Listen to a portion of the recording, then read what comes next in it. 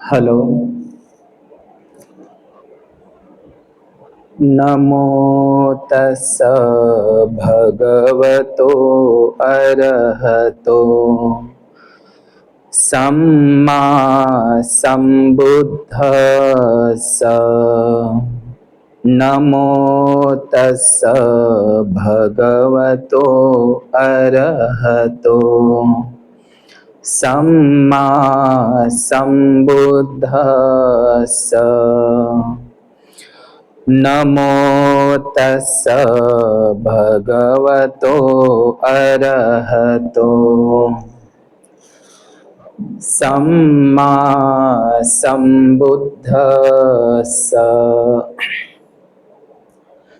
विश्व शांतीदूत, विश्ववंदनीय, the light of world या जगाचा प्रकाश, विश्वदीप, महान कारुणिक अरहत सम्यक संबुद्ध, देवानंग पियदसी धम्मदायाद, महान सम्राट अशोक मौर्य, बोधिसत्व विश्वरत्न, परमपूज्य जग बदलणारा बाप माणूस डॉक्टर बाबासाहेब आंबेडकर या तीनही महामानवांना तिवार अभिवादन पंचांग प्रणाम करून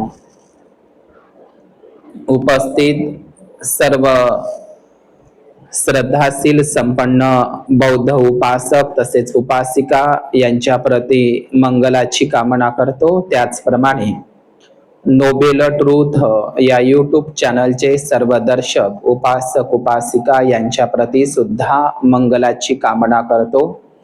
आज विशेष धम्मदेसना म्हणून आखाडी पौर्णिमेचे महत्व, जिला गुरुपौर्णिमा सुद्धा म्हणून ओळखल्या जातं, या आखाडी पौर्णिमेच्याही सर्वांना सदिच्छा, मंगल कामना, मंगल मैत्री भावना. त्याचप्रमाणे जगातील धम्मचक्क पवतन दिवस, धम्मचक्क पवतन फक्त एकदाच होतं, एकदाच झालेलं आहे आणि ते बुद्धानेच केलेलं आहे. जगातील जे जागतिक बौद्ध धम्मचक्क पवतन दिवस म्हणून आखाडी पौर्णिमा हाच दिवस खऱ्या अर्थानं जागतिक धम्मचक्क पवतन दिवस म्हणून संपूर्ण जगभरामध्ये, संपूर्ण बौद्ध राष्ट्रामध्ये आखाडी पौर्णिमा हाच दिवस, आखाडी पौर्णिमा हाच एकमेव दिवस धम्मचक्क पवतन दिन म्हणून, दिवस म्हणून तो साजरा केला जात असतो. आणि म्हणून या जागतिक धम्मचक्क पवतन दिनाच्या सुद्धा सगळ्यांना मंगल कामना करतो. त्याचप्रमाणे आज आर्य अष्टशील उपोसत, वारितशील म्हणजे उपोसत दिनाच्या सुद्धा सगळ्यांना मंगल कामना करतो. आज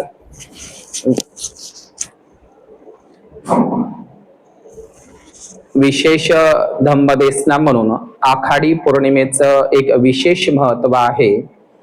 अयं वस्सानं कालो, अयं वस्सानं कालो, अयं वस्सानं कालो म्हणजे यह वर्षावास का काल है. पाली धम्मलिपीमध्ये आषाढ हो असं म्हटलं जात असतं.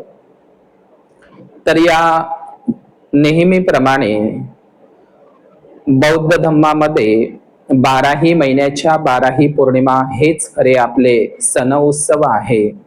जगातील कुठलाही ख्रिश्चन बांधव हिंदूंचे ब्राह्मणी सण उत्सव साजरे करताना दिसत नाही.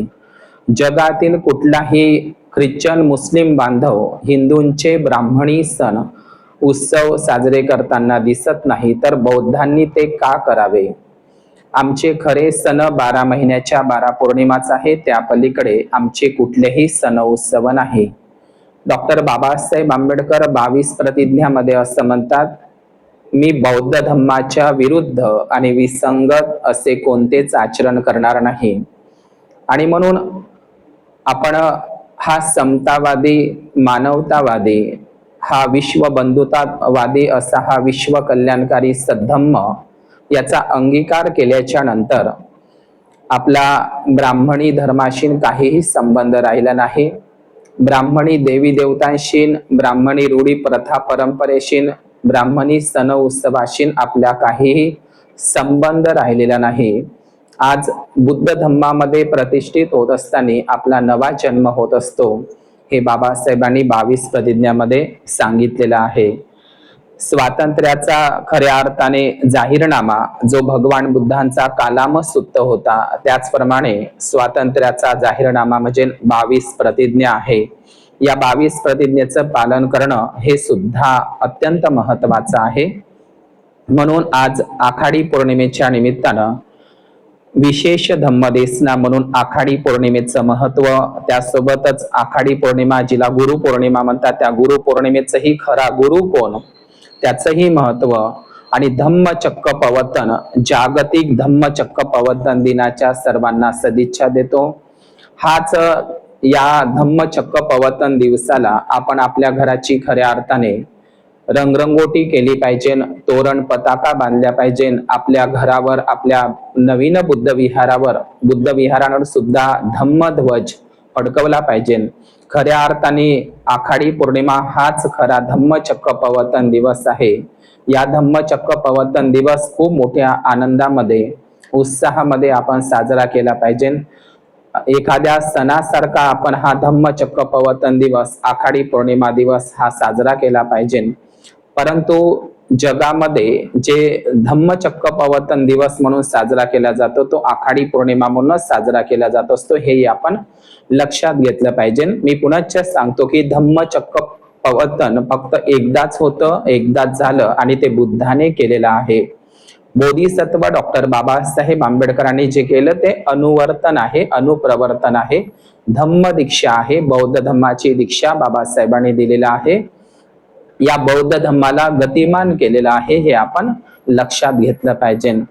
म्हणून धम्मचक्र प्रवर्तन एकदाच झालं, एकदाच होतं आणि ते एकदाच केलेलं आहे बुद्धाने, तेही सुद्धा सारनाथ वाराणसीला इसी पतन वृद्धायवनामध्ये 5 परिव्राजक भिक्खूंना सोबत घेऊन भिक्खू संघाची निर्मिती करून. तर आज वर्षावासाचं महत्व म्हणूनही समजून घेणार आहोत. तर या धम्मचक्र प्रवर्तन म्हणजे खऱ्या अर्थानं पहिलं महत्व या आखाडी पौर्णिमेचं प्रथम महत्व आहे. हीच ती आखाडी पौर्णिमा आहे की ज्या आखाडी पौर्णिमेला खऱ्या अर्थाने महामायेला गर्भसंभव झाला होता. तिच्या स्वप्नामध्ये सुमेध बोधिसत्व नावाचा पांढरा शुभ्र हत्ती तिच्या स्वप्नामध्ये येतो आणि तिचा हा जो पलंग आहे तो मानसरोवराच्या ठिकाणी घेऊन जात असतात. हे स्वप्न आहे, स्वप्नाला केवळ स्वप्न समजा आणि हे सांकेतिक आहे. स्वप्न हे वास्तविक नाही, ऐतिहासिक नाही. जे शिल्पकलेमध्ये, बुद्ध लेण्यांमध्ये, आपण मूर्तीमध्ये, फोटोमध्ये पाहत असतो, हे स्वप्न केवळ सांकेतिक आहे, ऐतिहासिक नाही, ते वास्तविक नाही. हे आपण सर्वप्रथम लक्षात घेतलं पाहिजे. स्वप्न हे स्वप्नच असतं, मनी वसे ते स्वप्नी दिशे. तर हे सांकेतिक आहे. जे हत्ती येत असतो तर तो हत्ती पांढरा शुभ्र हत्ती असतो आणि पांढऱ्या शुभ्र हत्तीच्या सोंडामध्ये पांढरं शुभ्र कमळाचे फूल असते, ज्याला पाली धम्मलिपीमध्ये पुंडरीक म्हणतात. पुंडरीक म्हणजे पांढरे कमळ होत असते. आणि उत्पलवन्न म्हणजे निळं कमळ होत असते. तर कमळाचं आणि बौद्ध धम्माचं खूप एक महत्व आहे. बुद्धाच्या बोधिसत्व सिद्धार्थ गौतमाच्या जीवनाशी संबंधित हे पांढरा हत्ती आणि पांढरे कमळाचे फूल म्हणजे पुंडरीक हे बुद्धाच्या जन्माची प्रतीक म्हणून बौद्ध धम्मामध्ये, बौद्ध संस्कृतीमध्ये त्यांना अनन्य साधारण एक विशेष महत्व आहे, हे आपण लक्षात घेतलं पाहिजे. तर आखाडी पौर्णिमेचं प्रथम महत्व म्हणजे महामायेला गर्भसंभव झाला, म्हणजे महामायेला जे गर्भसंभव म्हणजे महामायेचं जे स्वप्न आहे, जे तिने सकाळी सकाळी राजा शुद्धोधनाला सांगितलं होतं. तर महामायेला ज्या दिवशी गर्भसंभव झाला, तर ही गर्भसंभवाची ही घटना राजा शुद्धोधनाला जेव्हा ती सांगत असते आणि 5 विद्वान ब्राह्मणांना आमंत्रित करून त्या स्वप्नाचा अर्थ लावण्याकरिता महामाया बोलावत असते. आणि आजच्याच या आखाडी पौर्णिमेला खऱ्या अर्थाने महामायेला दिवस गेले होते, महामायेला गर्भसंभव झाला होता. ती घटना म्हणजेच आखाडी पौर्णिमेला झालेली आहे, हे आपण लक्षात घ्यायचं आहे. पुष्कळ वर्ष झाले होती लग्नाला, तरी पण राजा शुद्धोधन आणि महामायेला मुलबाळ होत नव्हते. आणि पुष्कळ दिवसानंतर त्यांना याच आखाडी पौर्णिमेला महामायेला गर्भसंभव झाला. म्हणून आखाडी पौर्णिमेचे पहिले महत्व आहे महामायेचे स्वप्न किंवा महामायेला गर्भसंभव, हे आखाडी पौर्णिमेचं पहिलं महत्व आहे. आखाडी पौर्णिमेचे दुसरे अत्यंत महत्व आहे. आखाडी पौर्णिमेचे दुसरे महत्व म्हणजे राजकुमार बोधिसत्व राजकुमार सिद्धार्थ गौतम यांनी रोहिणी नदीच्या पाणी वाटपाच्या संघर्षावरून महाभिनिष्क्रमण गृहत्याग केला होता वयाच्या 29व्या वर्षी, आणि ती पौर्णिमा होती ज्या दिवशी बोधिसत्व सुखीते सिद्धार्थ गौतमाने राजकुमार सिद्धार्थ गौतमांनी ज्या दिवशी महाभिनिष्क्रमण केलं होतं, गृहत्याग केला होता. महाभिनिष्क्रमण म्हणजे जगाच्या हितासाठी, सुखासाठी, कल्याणासाठी सर्वस्व सुखाचा त्याग करणं, म्हणजे सर्वस्व म्हणजे ऐहिक भौतिक सुखाचा त्याग करणं. आपल्याला माहित आहे 3 ऋतूंचे 3 राजमहाल, सुंदर अशी सुशील सद्गुणी यशोधरा पत्नी, नवजात बालक राहुल आणि प्रेमळ अशी आई वडील आणि प्रेमळ अशी कपिलवस्तूची प्रजा, या सर्वस्व सुखाचा त्याग ज्या दिवशी केला वयाच्या 29व्या वर्षी, आणि ती पौर्णिमा म्हणजे आखाडी पौर्णिमा होय. आणि म्हणून तिला महाभिनिष्क्रमण असं पाली धम्मलिपीमध्ये म्हटल्या जात असतं. तर आखाडी पौर्णिमेचं जे गृहत्यागाचं खरं कारण बुद्ध आणि त्यांच्या धम्मग्रंथामध्ये, बुद्ध अँड हिज धम्म या ग्रंथामध्ये बोधिसत्व बाबासाहेबांनी प्रश्न उपस्थित केला आहे की बोधिसत्व सिद्धार्थ गौतमाच्या गृहत्यागाचे खरे कारण कोणते. तर सिद्धार्थ गौतमाच्या गृहत्यागाचे जे कारण पारंपरिक पद्धतीनं सांगितलं जातं की त्यांनी एक मृत व्यक्ती बघितला, त्यांनी एक आजारी व्यक्ती बघितला, कुष्ठरोगी बघितला आणि एक संन्यासी परिव्राजक बघितला, आणि ते सकाळी म्हणजे ते रात्रीला यशोधरेला झोपी जाऊ दिलं आणि राहुलाचे चुंबन घेऊन झोपेमध्येच बोधिसत्व सिद्धार्थ गौतम त्यांनी ते कपिल वस्तूतले 4 दृश्य बघितले, आणि त्या 4 दृश्य बघून त्यांनी निर्णय घेतला आणि कुणालाही न सांगता ते रात्रीलाच ते गृहत्याग करत असतात. तर ही पारंपरिक गोष्ट आहे, ही खोटी गोष्ट आहे, ही अंधश्रद्धा आहे, हे आपण लक्षात घेतलं पाहिजे. आणि म्हणून हे केवळ बाबासाहेबच नाही तर धम्मानंद कोसंबी किंवा डॉक्टर भदंत आनंद कौशल्यन यांनी सुद्धा गृहत्यागाचं खरं कारण हेच सांगितलेलं आहे जे बाबासाहेबांनी वर्णित केलेलं आहे. आणि एवढंच नाही तर सुत्त निपातमध्ये सुद्धा अत्तदंड सुत्तामध्ये हेच खरं कारण सांगितलेलं आहे. बोधिसत्व सिद्धार्थ गौतमाच्या गृहत्यागाचे खरे कारण हे अत्तदंड सुत्तामध्ये सुद्धा सांगितलेलं आहे की शाक्य आणि कोलीय यांच्या बिचोबेच रोहिणी नावाची एक नदी वाहत होती, आणि त्या रोहिणी नदीचं पाणी एकमेक राज्ये घेण्यासाठी त्यांच्यामध्ये नेहमी युद्ध व्हायचं. आणि मग बोधिसत्व सिद्धार्थ गौतम हे शाक्य कुळातले, त्यांचं 20 वर्षाचं वय असताना ते शाक्य संघाचे सदस्य झाले, आणि शाक्य संघाच्या काही अटी सुद्धा होत्या, त्या मी सांगणार नाही. तर त्यावेळी शाक्य आणि कोलीय यांच्यामध्ये हे तसे सगळे सोयरेच होते, नाते संबंधीच होते, कारण कोलीय वंशाची महामाया सुद्धा होते आणि महाप्रजापती गौतमी होती, आणि ते रामग्राम देवदहचे कोलीय होते, आणि हे कपिल वस्तूचे किंवा आजचं पिपर हवा किंवा गणवरियाचे हे शाक्य होते. तर यांच्यामध्ये तसे नाते संबंधी होते आणि ते वैवाहिक संबंध सुद्धा त्यांच्यामध्ये होते. तर या सिद्धार्थ गौतमाला ते युद्धामध्ये नकार देत असतात की युद्धाने नेहमी युद्धच वाढतं, वैरानं नेहमी वैरच वाढतं, आणि म्हणून खरा गुन्हा कोणाचा आहे याच्यासाठी ते पंचायत बोलवायला सुद्धा लावत असतात की शाक्यांचे 2 सदस्य आणि कोलियांचे 2 सदस्य, या 4 जणांना मिळून एका सदस्यांची ते निवड करत असतील आणि म्हणजे खऱ्या अर्थाने निर्णय घेतील. आणि म्हणून सिद्धार्थ गौतमाच्या बाजूनं जे मत असतं ते कमी पडत असतं. ती घटना आपण बुद्ध आणि धम्मामध्ये पाहत असतो. आणि मग शाक्य संघांच्या त्या नियमाप्रमाणे बोधिसत्व सिद्धार्थ गौतमाला काही अटी दिल्या जातात.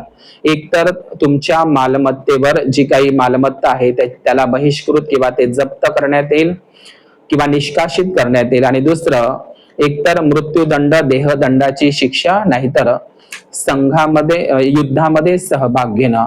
त्यापैकी बोधिसत्व सिद्धार्थ गौतम त्यापैकी परिव्राजक म्हणजेच संन्याशी मार्ग निवडत असतो.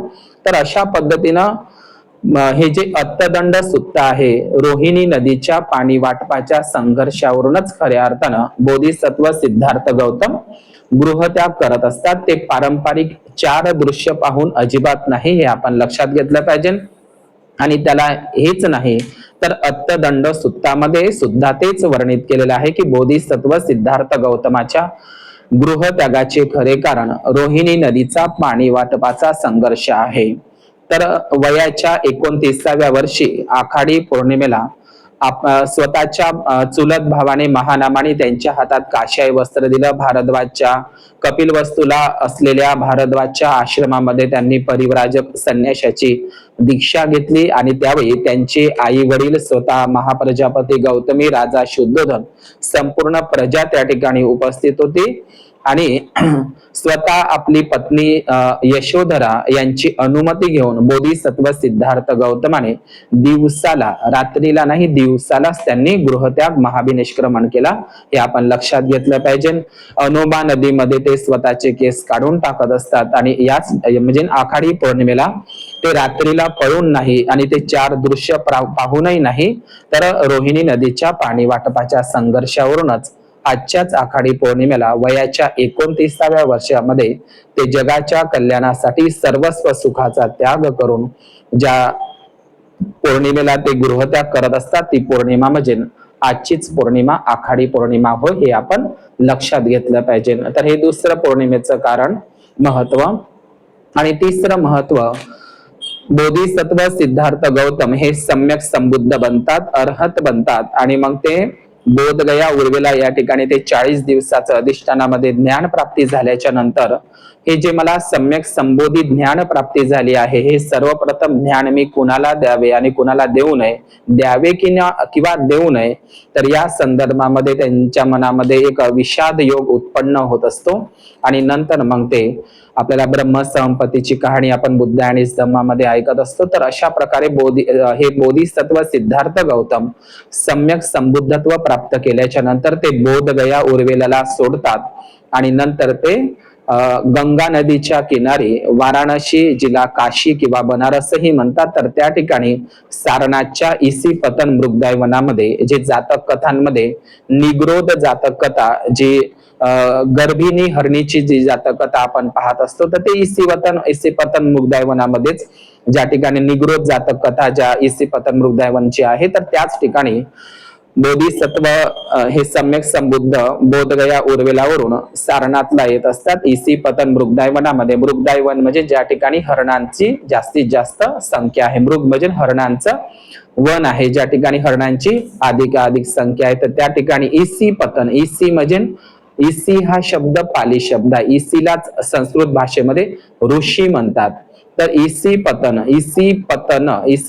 म्हणजे ते इसी त्या ठिकाणी जे काही परिव्राजक त्या काळातले जे काही 62 संप्रदाय होते, त्या संप्रदायातले जे काही संन्यासी म्हणा किंवा आजीवक पंथाचे किंवा 62 पंथाचे जे ब्रह्मचाल सुत्तामध्ये सुद्धा सांगितलेलं आहे, तर त्या नाना विविध प्रकारचे इसी किंवा ऋषी त्या ठिकाणी वास्तव्य करायचे, म्हणून त्याला एक विशेष महत्व होतं. आणि म्हणून सारनाथ या ठिकाणी इसी पतन मृगदाय वनामध्ये जे सुजाताची हातचं अन्न खीर ग्रहण केल्याच्या नंतर जे 5 परिव्राजक ज्यांनी सिद्धार्थ गौतमाच्या कानावर शांततेची वार्ताही आणलेली होती आणि त्यांनी राजगृहाच्या पर्वतामध्ये सुद्धा ते 5 वर्ष सिद्धार्थ गौतमा म्हणजे काही दिवस ते सिद्धार्थ गौतमाच्या सोबत राजगृहामध्ये होते आणि ते राजगृह सोडून आल्याच्या नंतर बोधिसत्व सिद्धार्थ गौतमाच्या सोबत ते बोधगया उर्वेलाच्या जंगलामध्ये सुद्धा ते 6 वर्ष त्यांच्या सोबतच होते. सुजाताच्या हातची खीर प्राशन केल्यामुळे ते भ्रष्ट झाले आहे आणि म्हणून ते नाराज होऊन ते 5ही संन्यासी ते परिव्राजक म्हणजे हे लक्षात घेतलं पाहिजे, परिव्राजक म्हणजे काय, तर आजच्या सारखे ब्राह्मण परिव्राजक शेंडीवाले नाही. परिव्राजक म्हणजे काय, ज्यांनी परिवाराला वर्ज केलेला आहे त्यांना परिव्राजक असं म्हणतात. तर ते परिव्राजक नाराज झाले होते आणि ते इसी पतन मृगदाय सारनाथला म्हणजेच वाराणसीला आले होते. आणि त्याच मग बोधी सम्यक संबुद्धाला असं वाटलं की हे जे मला सम्यक संबोधी ज्ञान प्राप्ती झाली हे सर्वप्रथम कुणाला सांगावं. तर मग ते विचार करतात की आलार कालामाकडे जावं, उदकराम पुत्ताकडे जावं, परंतु त्यांचं ते वृद्धापकाळामुळे ते आधीच मरण पावलेले असतात. आणि मग सम्यक संबुद्ध मग ठरवतात की ज्यांनी 5 वर्ष उरुवेलाच्या जंगलामध्ये, 6 वर्ष आणि राजगृहाच्या जंगलामध्येही सुद्धा माझी सेवा केली आणि ज्यांनी मला शांततेची वार्ताही माझ्या कानावर आणली होती आणि ते भटकत राहतील, ते सत्याचा शोध घेत राहतील आणि त्यांना सत्याचा मार्ग गवसणार नाही, म्हणून त्यांच्यामध्ये एक दया अनुकंपा उत्पन्न होत असते आणि ज्या 5 परिव्राजक हेच माझा मार्ग समजू शकतील या उद्देशानं मग ते सारनाथला येतात. पण ते 5ही परिव्राजक असं ठरवतात की हा भ्रष्ट झालेला आहे श्रमण गौतम, तर यांचं कोणी चिवर पकडू नये, त्यांचा सन्मान करायचा नाही, प्यायला पाणी द्यायचं नाही, पाय धुवायला पाणी द्यायचं नाही, त्यांना अंतरून टाकायचं नाही, त्यांचा आदर आतिथ्य करायचं नाही, आला तर येईल, बसला तर बसेल आणि जायचं असेल तर जाईल, अशा प्रकारे ठरवत असतात. परंतु सम्यक संबुद्ध जसे जसे जवळ येत असतात तर त्यांची धम्माची आभा, त्यांचं जे प्रभामंडल आहे, ज्ञानाची जी आभा आहे, जसे जसे ते मैत्रीचे तरंग, ज्ञानाचे तरंग त्यांच्या जवळ जवळ येत असतात तर त्यांच्यामधली ती भावना ते विस्मरणात जात असते आणि एक जण चिवर पकडतो, एक जण प्यायला पाणी देतो, एक जण पाय धुवायला पाणी देतो आणि त्यांचा आदरातिथ्य करतात. आणि भगवान बुद्ध त्याच वेळी त्यांना मार्गदर्शनही करत असतात. खूप सुंदर ते मार्गदर्शन सारनाथला त्या 5ही परिव्राजकांना करत असतात. आणि त्या 5 परिव्राजकामध्ये अज्ञात, कौंडिन्य असतो, वप्प, अश्वजित, महानाम आणि भद्दीय. हे काही लोक म्हणतात की हे 5ही जण ब्राह्मण कुळातील होते, परंतु अजिबात नाही. जेव्हा युवानशांग 7व्या शताब्दीमध्ये भारतात आला, त्यांनी आपल्या प्रवास वर्णनामध्ये लिहिलेलं आहे की हे जे 5ही जे लोक परिव्राजक होते हे 3 जण शाक्य कुळातील होते आणि 2 जण कोलीय वंशाचे होते, असा त्यांनी उल्लेख केलेला आहे. तर सर्वात मोठा त्याच्यामध्ये कौंडिन्य असतो आणि कौंडिन्यांना अज्ञात कौंडिन्य म्हणतात. आणि भगवान बुद्धांचा प्रथम भिक्खू, भगवान बुद्धांच्या भिक्खू संघातील प्रथम अर्हत झालेला भिक्खू, म्हणजे पहिला अर्हत झालेला भिक्खू हा कौंडिन्य असतो, हे आपण लक्षात घेतलं पाहिजे. तर 5ही परिव्राजकांना भगवान बुद्ध काही प्रश्नही विचारत असतात आणि म्हणून तुम्ही ज्याच्यासाठी ही पीडा देत आहे, काय तुमची ती कामाग्नी शमली का, की तो कामविकार नष्ट झालाय का, अशा संदर्भातले प्रश्न बुद्ध आणि धम्मामध्ये आलेले आहे. परंतु वेळेच्या अभावी मी ते काही सांगणार नाही.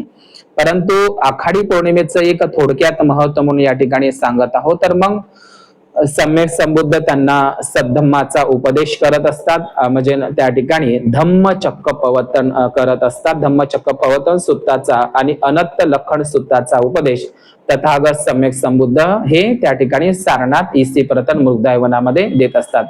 5ही भिक्खूंना ते यही भिक्कवे म्हणून म्हणजे आवुसो अज्ञात कौंडिन्य.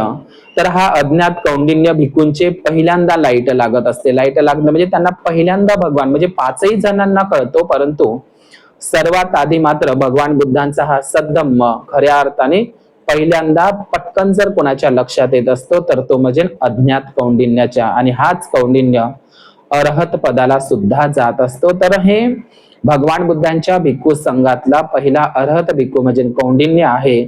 आणि अशा प्रकारे या 5ही परिव्राजकांना ते धम्म दीक्षा देतात, त्यांना प्रवज्या देतात आणि उपसंपदा सुद्धा. आणि अशा पद्धतीने हे 5ही भिक्खू संघ तथागत भगवान बुद्धांचे प्रथम शिष्य आणि तथागत भगवान बुद्ध हे गुरु होतात आणि 5ही भिक्खू हे शिष्य होतात. आणि तेव्हापासूनच या भारतामध्ये गुरु पौर्णिमा सुरू झाली आहे.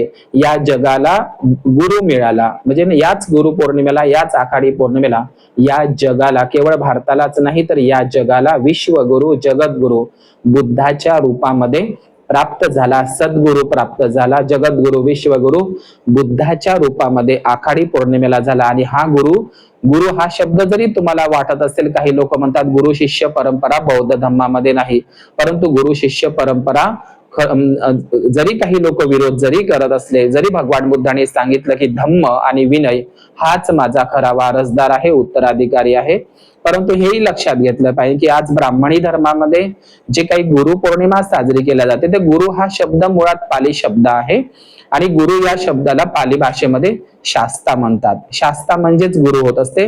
आणि तसंही बघितलं तर या जगातले फर्स्ट टीचर, या जगातले प्रथम गुरु, या जगातील प्रथम विश्वगुरु, जगद्गुरु, या जगातला फर्स्ट गुरु टीचर जर कोण असेल, शिक्षक जर कोण असेल, तर तथागत सम्यक संबुद्धच आहे, हे लक्षात घेतलं पाहिजे.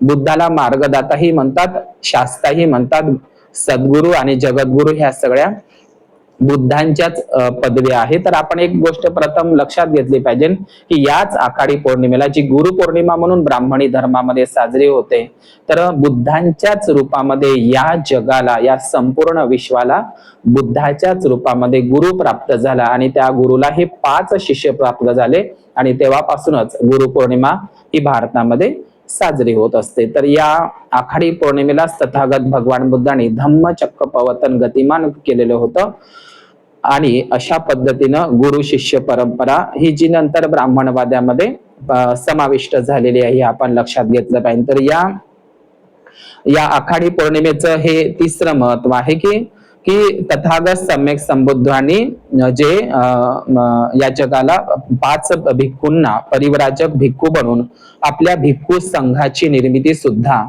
म्हणजे लक्षात घ्या, भिक्खुनी संघाची निर्मिती तथागत भगवान बुद्धांनी वैशालीला केलेली आहे. नीट लक्षात घ्या की भिक्खुनी संघाची स्थापना तथागत भगवान बुद्धांनी वैशालीला केलेली होती आणि भिक्खू संघाची स्थापना तथागत भगवान बुद्धांनी सारनाथला केली होती. आणि दुसरी गोष्ट की तथागत भगवान बुद्धांचा प्रथम वर्षावास जर कुठे झाला असेल तर सारनाथला. तर भगवान बुद्धांच्या प्रथम वर्षावासाला सुरुवात, प्रारंभ, भगवंताचा प्रथम वर्षावास जर कुठे असेल तर तो सारनाथ, वाराणसी, इसिपतन, मृगदैवनामध्ये.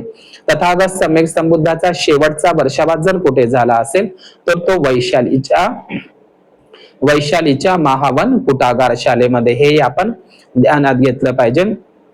तर या आखाडी पौर्णिमेचं महत्व म्हणजे याच आखाडी पौर्णिमेला भिक्खू संघाची निर्मिती, म्हणजे भिक्खू संघ सुद्धा बुद्धाने स्थापन केला होता. आणि म्हणून खऱ्या अर्थाने आजच्या आखाडी पौर्णिमेला धम्म जयंती आणि संघ जयंती म्हटलं तरी चालेल. म्हणजे आज आखाडी पौर्णिमा म्हणजे संघ जयंती आहे. संघ जयंती म्हणजे संघाचा जन्म झाला, संघाची स्थापना झाली, संघाची निर्मिती केली, भिक्खू संघ निर्माण झाला आणि हाच भिक्खू संघ आजही जगामध्ये बुद्धाचा धम्मध्वज फडकवत आहे, हे आपण लक्षात घेतलं पाहिजे.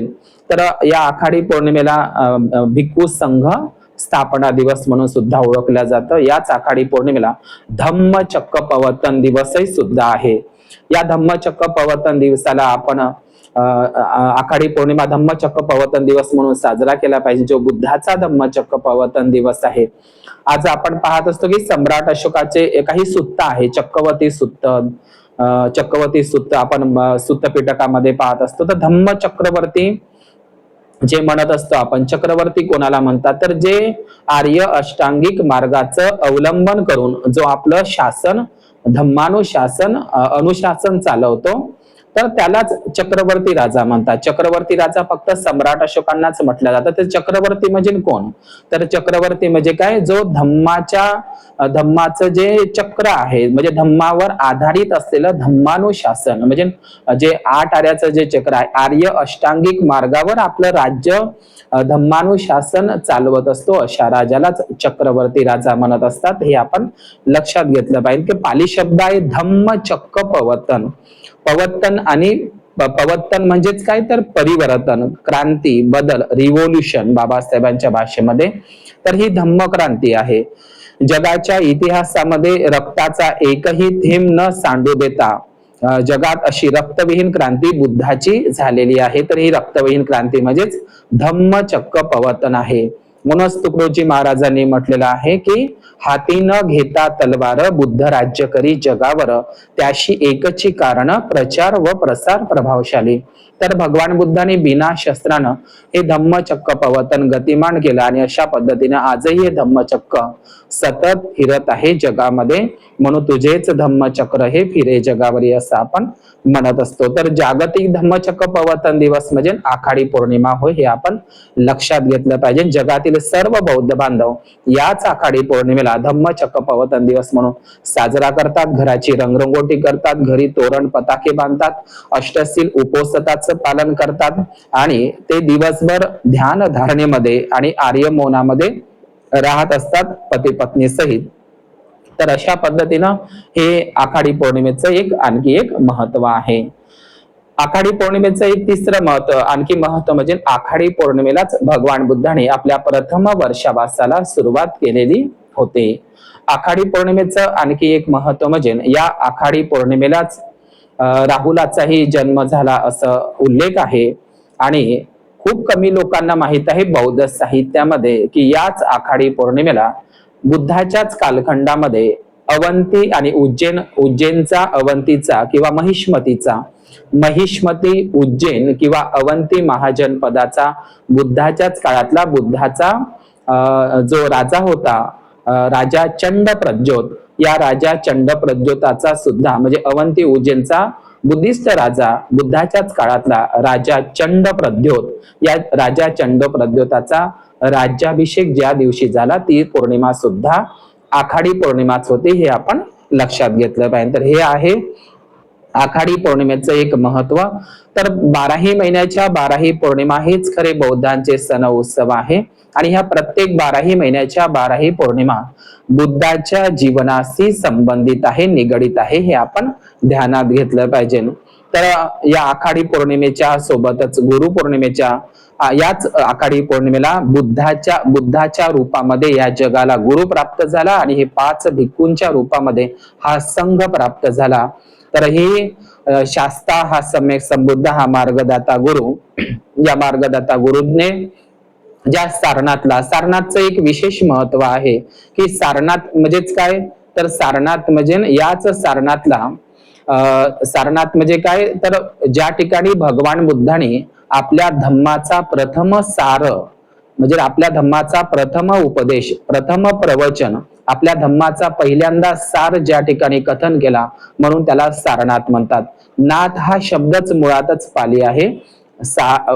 नाथ म्हणजे काय, धम्मपदामध्ये गाता आहे अत्तही अत्तनो नाथो कोही नाथो परोसिया, आपण स्वतःचा नाथ बना अत्तदीप भव, जे सांगितलेलं आहे. तर म्हणून नाथ हा शब्द बुद्धासाठीच आहे. म्हणून वाराणसीला सारनाथही आहे आणि काशी बनारसला विश्वनाथही आहे. म्हणजे विश्वनाथ हे कुठे आहे, गंगा नदीच्या ठिकाणी वाराणसी बनारसला जिथं मेला लागत असते किंवा कुंभमेळा भरत असते, तर ते विश्वनाथ आणि त्याच्याच 10 किलोमीटर म्हणजे वाराणसीवरून म्हणजेच काशी बनारसीला काशी का म्हणतात, तर जिथं काश्याय वस्त्र धारण करणारे म्हणजे काशी आणि वाराणसी हे बुद्धाच्या काळापासून प्राचीन महानगर आहे. अनेक बौद्ध जातक कथांमध्ये वाराणसी शहराचा आपल्याला उल्लेख दिसत असतो. म्हणून वाराणसी पासून अवघ्या 10 किलोमीटर अंतरावर सारनाथ आहे आणि वाराणसीला गंगा नदीच्या किनाऱ्यावर विश्वनाथ आहे. तर विश्वनाथ आणि सारनाथ हे दोनही बुद्धांचे ठिकाण आहे, म्हणजे बुद्धाचेच नाव आहे. जगन्नाथ, विश्वनाथ, सारनाथ, मैत्रेयनाथ, स्वयंभूनाथ, सोमनाथ, हे सगळे नाथ, आदिनाथ, हे सगळं विठ्ठलनाथ, हे सगळे बुद्धांचेच विशेषण आहे, हे आपण लक्षात घेतलं पाहिजे.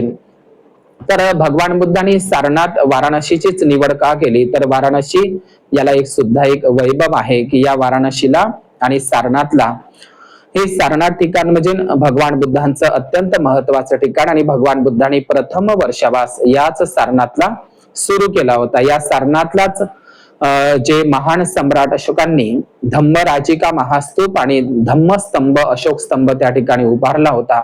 आजही सारनाथला धम्मेक स्तूप महास्तूप आहे, धम्मराजिका महास्तूप आहे, चौखंडी महास्तूप आहे आणि सम्राट अशोकांनी कोरलेला जो धम्मस्तंभ आहे 4 तोंडाची सिंह मुद्रा, ज्या सिंह मुद्रावर बुद्धाच्या जन्माचे प्रतीक बैल आहे, म्हणजे जन्माचे प्रतीक हत्ती आहे, गृहत्यागाचे प्रतीक घोडा आहे आणि ते कृषी प्रधान संस्कृतीचे असल्यामुळे बैल प्रतीक आहे आणि ते शाक्य सिंह नरसिंह असल्यामुळे त्याच्यावर सिंह आहे आणि अशा पद्धतीने ते 4ही सिंह आणि 32 साऱ्याचं चक्र जे राष्ट्रीय राजमुद्रा म्हणून किंवा तिला आपण खऱ्या अर्थानं राष्ट्रीय प्रतीक म्हणतात, जे 4 तोंडाची 4 सिंह मुद्रा, तर हे एका अर्थानं ते त्याला आपण धम्मराज मुद्रा म्हटलं तरी चालते. तर भगवान बुद्धांची ती धम्मराज मुद्रा जी भारताच्या याच्यावर म्हणजे 32 आऱ्याचं, 8 आऱ्याचं आणि 24 आऱ्याचं ही धम्मचक्र बौद्ध धम्मामध्ये असते, ते सारनाथला आपण पाहावं. तर हे भगवान बुद्धांच्या हे 4 आर्य सत्याचा बोधही म्हणून ओळखला जातं किंवा 4 दिशेनं भगवान बुद्धांचा हा धम्म गेलेला आहे. तर अशा पद्धतीनं त्या 4 सिंहाच्या मुद्रेचा, त्या सिंह मुद्रेचा एक अर्थ सुद्धा आहे. बुद्धाला शाक्य सिंह, नरसिंह सुद्धा म्हणून म्हटलं जातं. तर भगवान बुद्धांनी ज्या ठिकाणी धम्मचक्र प्रवर्तन केलं आखाडी पौर्णिमेला, त्याला सिंह गर्जना सुद्धा म्हणतात किंवा मग सिंहनादही सुद्धा म्हणतात. सिंहनाद म्हणजे काय? म्हणजे सत्याची गर्जना करणं, सत्याचा निनाद करणं आणि सत्य, आणि म्हणून भगवान बुद्धांच्या धम्मचक्र प्रवर्तनाला सिंहनाद सुद्धा म्हणतात. सिंहनाद किंवा एक सिंह गर्जनामध्ये सुद्धा म्हणतात. तर अशा पद्धतीनं भगवान बुद्धांचं हे धम्मचक्र प्रवर्तन या आखाडी पौर्णिमेला झालेलं होतं, हे आपण लक्षात घेतलं पाहिजे. तर अशा पद्धतीनं या आखाडी पौर्णिमेचे एक विशेष महत्व आहे. तर सारनाथला 12व्या शताब्दीमध्ये जे गहडवाल वंशाची महाराणी होती, महाराणी कुमारदेवी, गहडवाल वंशी महाराणी कुमारदेवी, तशी ती बोधगया उर्वेलाचीच होती आणि नंतर तिला सारनाथला, वाराणसीला देण्यात आलं होतं. गहडवाल नावाचा एक राजवंश भारतामध्ये होऊन गेला. हा गहडवाल म्हणजे जो गद्दार जयचंद म्हणून सांगितला जातो इतिहासामध्ये, तो गद्दार जयचंद नसून तो बौद्ध सम्राट, देशभक्त राजा बौद्ध सम्राट जयचंद होता. आणि हा जयचंद महाराणी कुमारदेवी ही बोधगयाची होती, तिला वाराणसीला दिलं होतं. तर ही गहडवाल वंशाची महाराणी कुमारदेवी हिचा जो नातू आहे सम्राट जयचंद, तर हा सम्राट जयचंद बौद्ध राजा होता, बौद्ध सम्राट होता. त्यांनी जगन्मित्रानंद नावाचे, लक्षात घ्या, जगन्मित्रानंद नावाच्या अर्हत भिक्खूकडून सम्राट जयचंदांनी बौद्ध धर्माची दीक्षा दिली होती. ब्राह्मणवादी लोकांनी गद्दार जयचंद म्हणून त्याचा अपप्रचार केला आहे. तर या बौद्ध सम्राट जयचंद हा बुद्धिस्ट राजा, याची जी दादी होती महाराणी कुमारदेवी, त्यांचं राज्य वाराणसीला होतं आणि तिच्या पतीचं नाव होतं गोविंदचंद्र गहडवाल, विजयचंद्र गहडवाल, म्हणजेच राठोड वंशी सुद्धा म्हणू शकतो. तर या महाराणी कुमारदेवीनं जी वाराणसीला राहत असताना 12व्या शताब्दीमध्ये ज्या ठिकाणी तथागत भगवान बुद्धांनी धम्मचक्र प्रवर्तन सारनाथला केलं होतं, त्या ठिकाणी याच महाराणी कुमारदेवीने वाराणसीच्या या महाराणी कुमारदेवी गहडवाल वंशी महाराणीने याच आखाडी पौर्णिमेला 9 मजल्याचं धम्मचक्र जीन महाविहार सारनाथला बांधून दिलेलं होतं. त्याचे अवशेष आजही तुम्हाला त्या ठिकाणी सारनाथला पाहायला मिळते. पूर्व दिशेकडून ते तोंड आहे धम्मस्तंभापाशी, आणि त्या धम्मस्तंभावर महाराणी कुमारदेवीचा शिलालेख सुद्धा सम्राट अशोकाच्या स्तंभावर आहे. ज्या सम्राट अशोकाचा स्तंभ आपण जिथे पाहतो सारनाथला, तर त्या सारनाथला सम्राट अशोकांनी एक धम्म आज्ञा सुद्धा दिलेली आहे. ते पाली धम्म लिपीमध्ये अशी आहे, जो कोणी म्हणजे सारनाथला भिक्खुणी संघाला ताकीद दिलेली आहे, आज्ञा दिलेली आहे सम्राट अशोकांनी, त्याच्यावर लिहिलेलं आहे. आणि त्याच स्तंभावर महाराणी कुमारदेवीचा सुद्धा शिलालेख आहे, तोही आपण वाचावा. तर तो शिलालेख असा आहे सम्राट अशोकाचा सारनाथचा, जो कोणी भिक्खू आणि भिक्खुणी संघामध्ये फूट पाडण्याचा प्रयत्न करत असेल तर त्यांची पांढरी वस्त्र त्याला परिधान करून त्याला संघामधून हकालपट्टी करण्यात यावी, असा आदेशच सम्राट अशोकांनी सारनाथच्या धम्मस्तंभावर लिहिलेला आहे. तर त्याच धम्मस्तंभावर महाराणी कुमारदेवीचा सुद्धा स्तंभ आहे, हे आपण लक्षात घेतलं पाहिजे. या महाराणी कुमारदेवीनं त्याच स्तंभावर सम्राट अशोकाला धम्म अशोक म्हणून त्याचा उल्लेख केलेला आहे. तर या महाराणी कुमारदेवी गहडवाल वंशाची, हिने जो 9 मजल्याचा धम्मचक्र जीन बुद्ध विहार बांधून दिला होता आणि ज्या दिवशी उद्घाटन केलं होतं आणि जो बांधून झाल्याच्या नंतर त्याचं म्हणजे भूमिपूजन केलं होतं आणि बांधून झाल्याच्या नंतर त्याचं उद्घाटन केलं होतं, तो दिवस म्हणजेच आखाडी पौर्णिमा होय, हे आपण लक्षात घेतलं पाहिजे. आजही त्याचे खंडहर आपल्याला भग्नावशेष सारनाथला पाहायला मिळेल. धम्मचक्र जीन महाविहाराचे 9 मंजिला होता तो. तर अशा पद्धतीनं हे एक महत्व बौद्ध धम्मामध्ये आहे, हे आपण लक्षात घेतलं पाहिजे. तर या सारनाथचा इतिहास खूप मोठ्या विस्तृत पद्धतीने आहे. या सारनाथच्या कधी सारनाथला गेले तर तथागत सम्यक संबुद्धांनी सुद्धा महापरिनिर्वाण सूत्रामध्ये सांगितलं आहे आनंदाला आणि भिक्खू संघाला की भिक्खूंनो, जे 4 धाम यात्रा आहे किंवा 4 धम्म यात्रा आहे त्या 4ही स्थळाला भिक्खूंनी आणि उपासक उपासिकांनी भेट द्यावा. तर आपल्याला पहिलं माहित आहे या 4 स्थळांना भेटी देणं पुण्यदायक असतं. पहिलं म्हणजे लुंबिनी, दुसरं बोधगया, तिसरं सारनाथ आणि चौथं म्हणजे कुशीनगर. तर हे सारनाथ भगवान बुद्धांच्या धम्मचक्र प्रवर्तनाचं हे ठिकाण आणि वर्षावासाचं ठिकाण, भिक्खू संघाचा जन्मच त्या ठिकाणी झालेला आहे. आणि हे वाराणसी शहर प्राचीन शहर आहे. आज त्या ठिकाणी म्हणून तिला काही लोक बनारस म्हणतात, काशी म्हणतात. काशीच्या बनारस विद्यापीठामध्ये डॉक्टर बाबासाहेब आंबेडकरांचं भाषण सुद्धा झालेलं होतं विद्यार्थ्यांना. आणि एक गोष्ट लक्षात घ्या की तथागत सम्यक संबुद्धांचे प्रथम प्रवचन, तथागत सम्यक संबुद्धाचे प्रथम प्रवचन सारनाथला झाले होते आणि डॉक्टर बाबासाहेब आंबेडकरांचे शेवटचे भाषण सुद्धा सारनाथला झाले होते. हे आपण लक्षात घ्यायचं आहे. बघा योगायोग, तथागत सम्यक संबुद्धाचं प्रथम प्रवचन सारनाथलाच झालं आणि बोधिसत्व डॉक्टर बाबासाहेब आंबेडकरांचे शेवटचे भाषण सुद्धा सारनाथलाच झालेले होते. आणि त्या सारनाथच्याच भाषणामध्ये बाबासाहेबांनी उल्लेख केलेला होता की प्रत्येक बौद्धांचे आद्य कर्तव्य आहे की त्यांनी दर रविवारी आपल्या कुटुंबासहित बुद्ध विहारात गेलेच पाहिजे. हा बाबासाहेबांचा आदेश सारनाथच्या शेवटच्या भाषणाचाच आहे. हे आपण लक्षात घेतलं पाहिजे. असं म्हणतात की आंब्याच्या झाडाखाली सारनाथला तथा डॉक्टर बाबासाहेब आंबेडकरांनी या भाषणाचा उल्लेख केलेला होता. अनागारिक धम्मपाल यांनी बोधगयाच्या आधी सर्वप्रथम जर भेट कोणत्या स्थळाला दिली असेल तर ती सारनाथला दिली. आणि लक्षात घ्या देवमित्र अनागारिक धम्मपाल यांनी त्या ठिकाणी मूलगंधकुटी महाविहार 3 ठिकाणी होते. श्रावस्ती जेतवनलाही होते, सारनाथलाही होते आणि संकिशाला होते. तर आधुनिक पद्धतीने देवमित्र अनागारिक धम्मपाल यांच्याच योगदानाने हे सारनाथ आणि सर अलेक्झांडर कनिंघम यांच्याच नेतृत्वामध्ये सर अलेक्झांडर कनिंघम आणि देवमित्र अनागारिक धम्मपाल यांच्या मार्गदर्शनामध्ये सारनाथ आज जगासमोर आलेला आहे.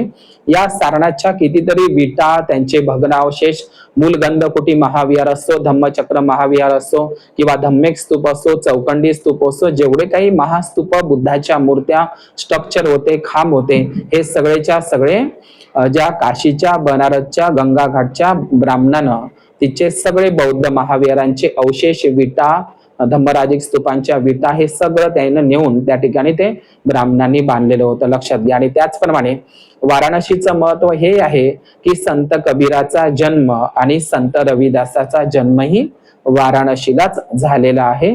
आणि याच पद्धतीनं महामुगलायन भंतेजी सारखी क्रूर हत्या संत कबीराचीही आणि त्याचप्रमाणे संत रविदासाचे तुकडे तुकडे करून याच वाराणसीच्या गंगा नदीमध्ये टाकण्यात आले होते. आणि भगवान बुद्धाला जो सुजाता हिला सुद्धा वाराणसीलाच देण्यात आलेलं होतं. आणि त्याचप्रमाणे उर्विला काश्यप, गया काश्यप आणि नदी काश्यप हे बांधव सुद्धा उर्विलाचेच होते. सुप्रिया सुद्धा वाराणसीचीच होती, म्हणजे वाराणसीचे होते हे उर्विला काश्यप, गया काश्यप, नदी काश्यप. सुप्रिया सुद्धा वाराणसीचीच होती, हे आपण लक्षात घेतलं पाहिजे.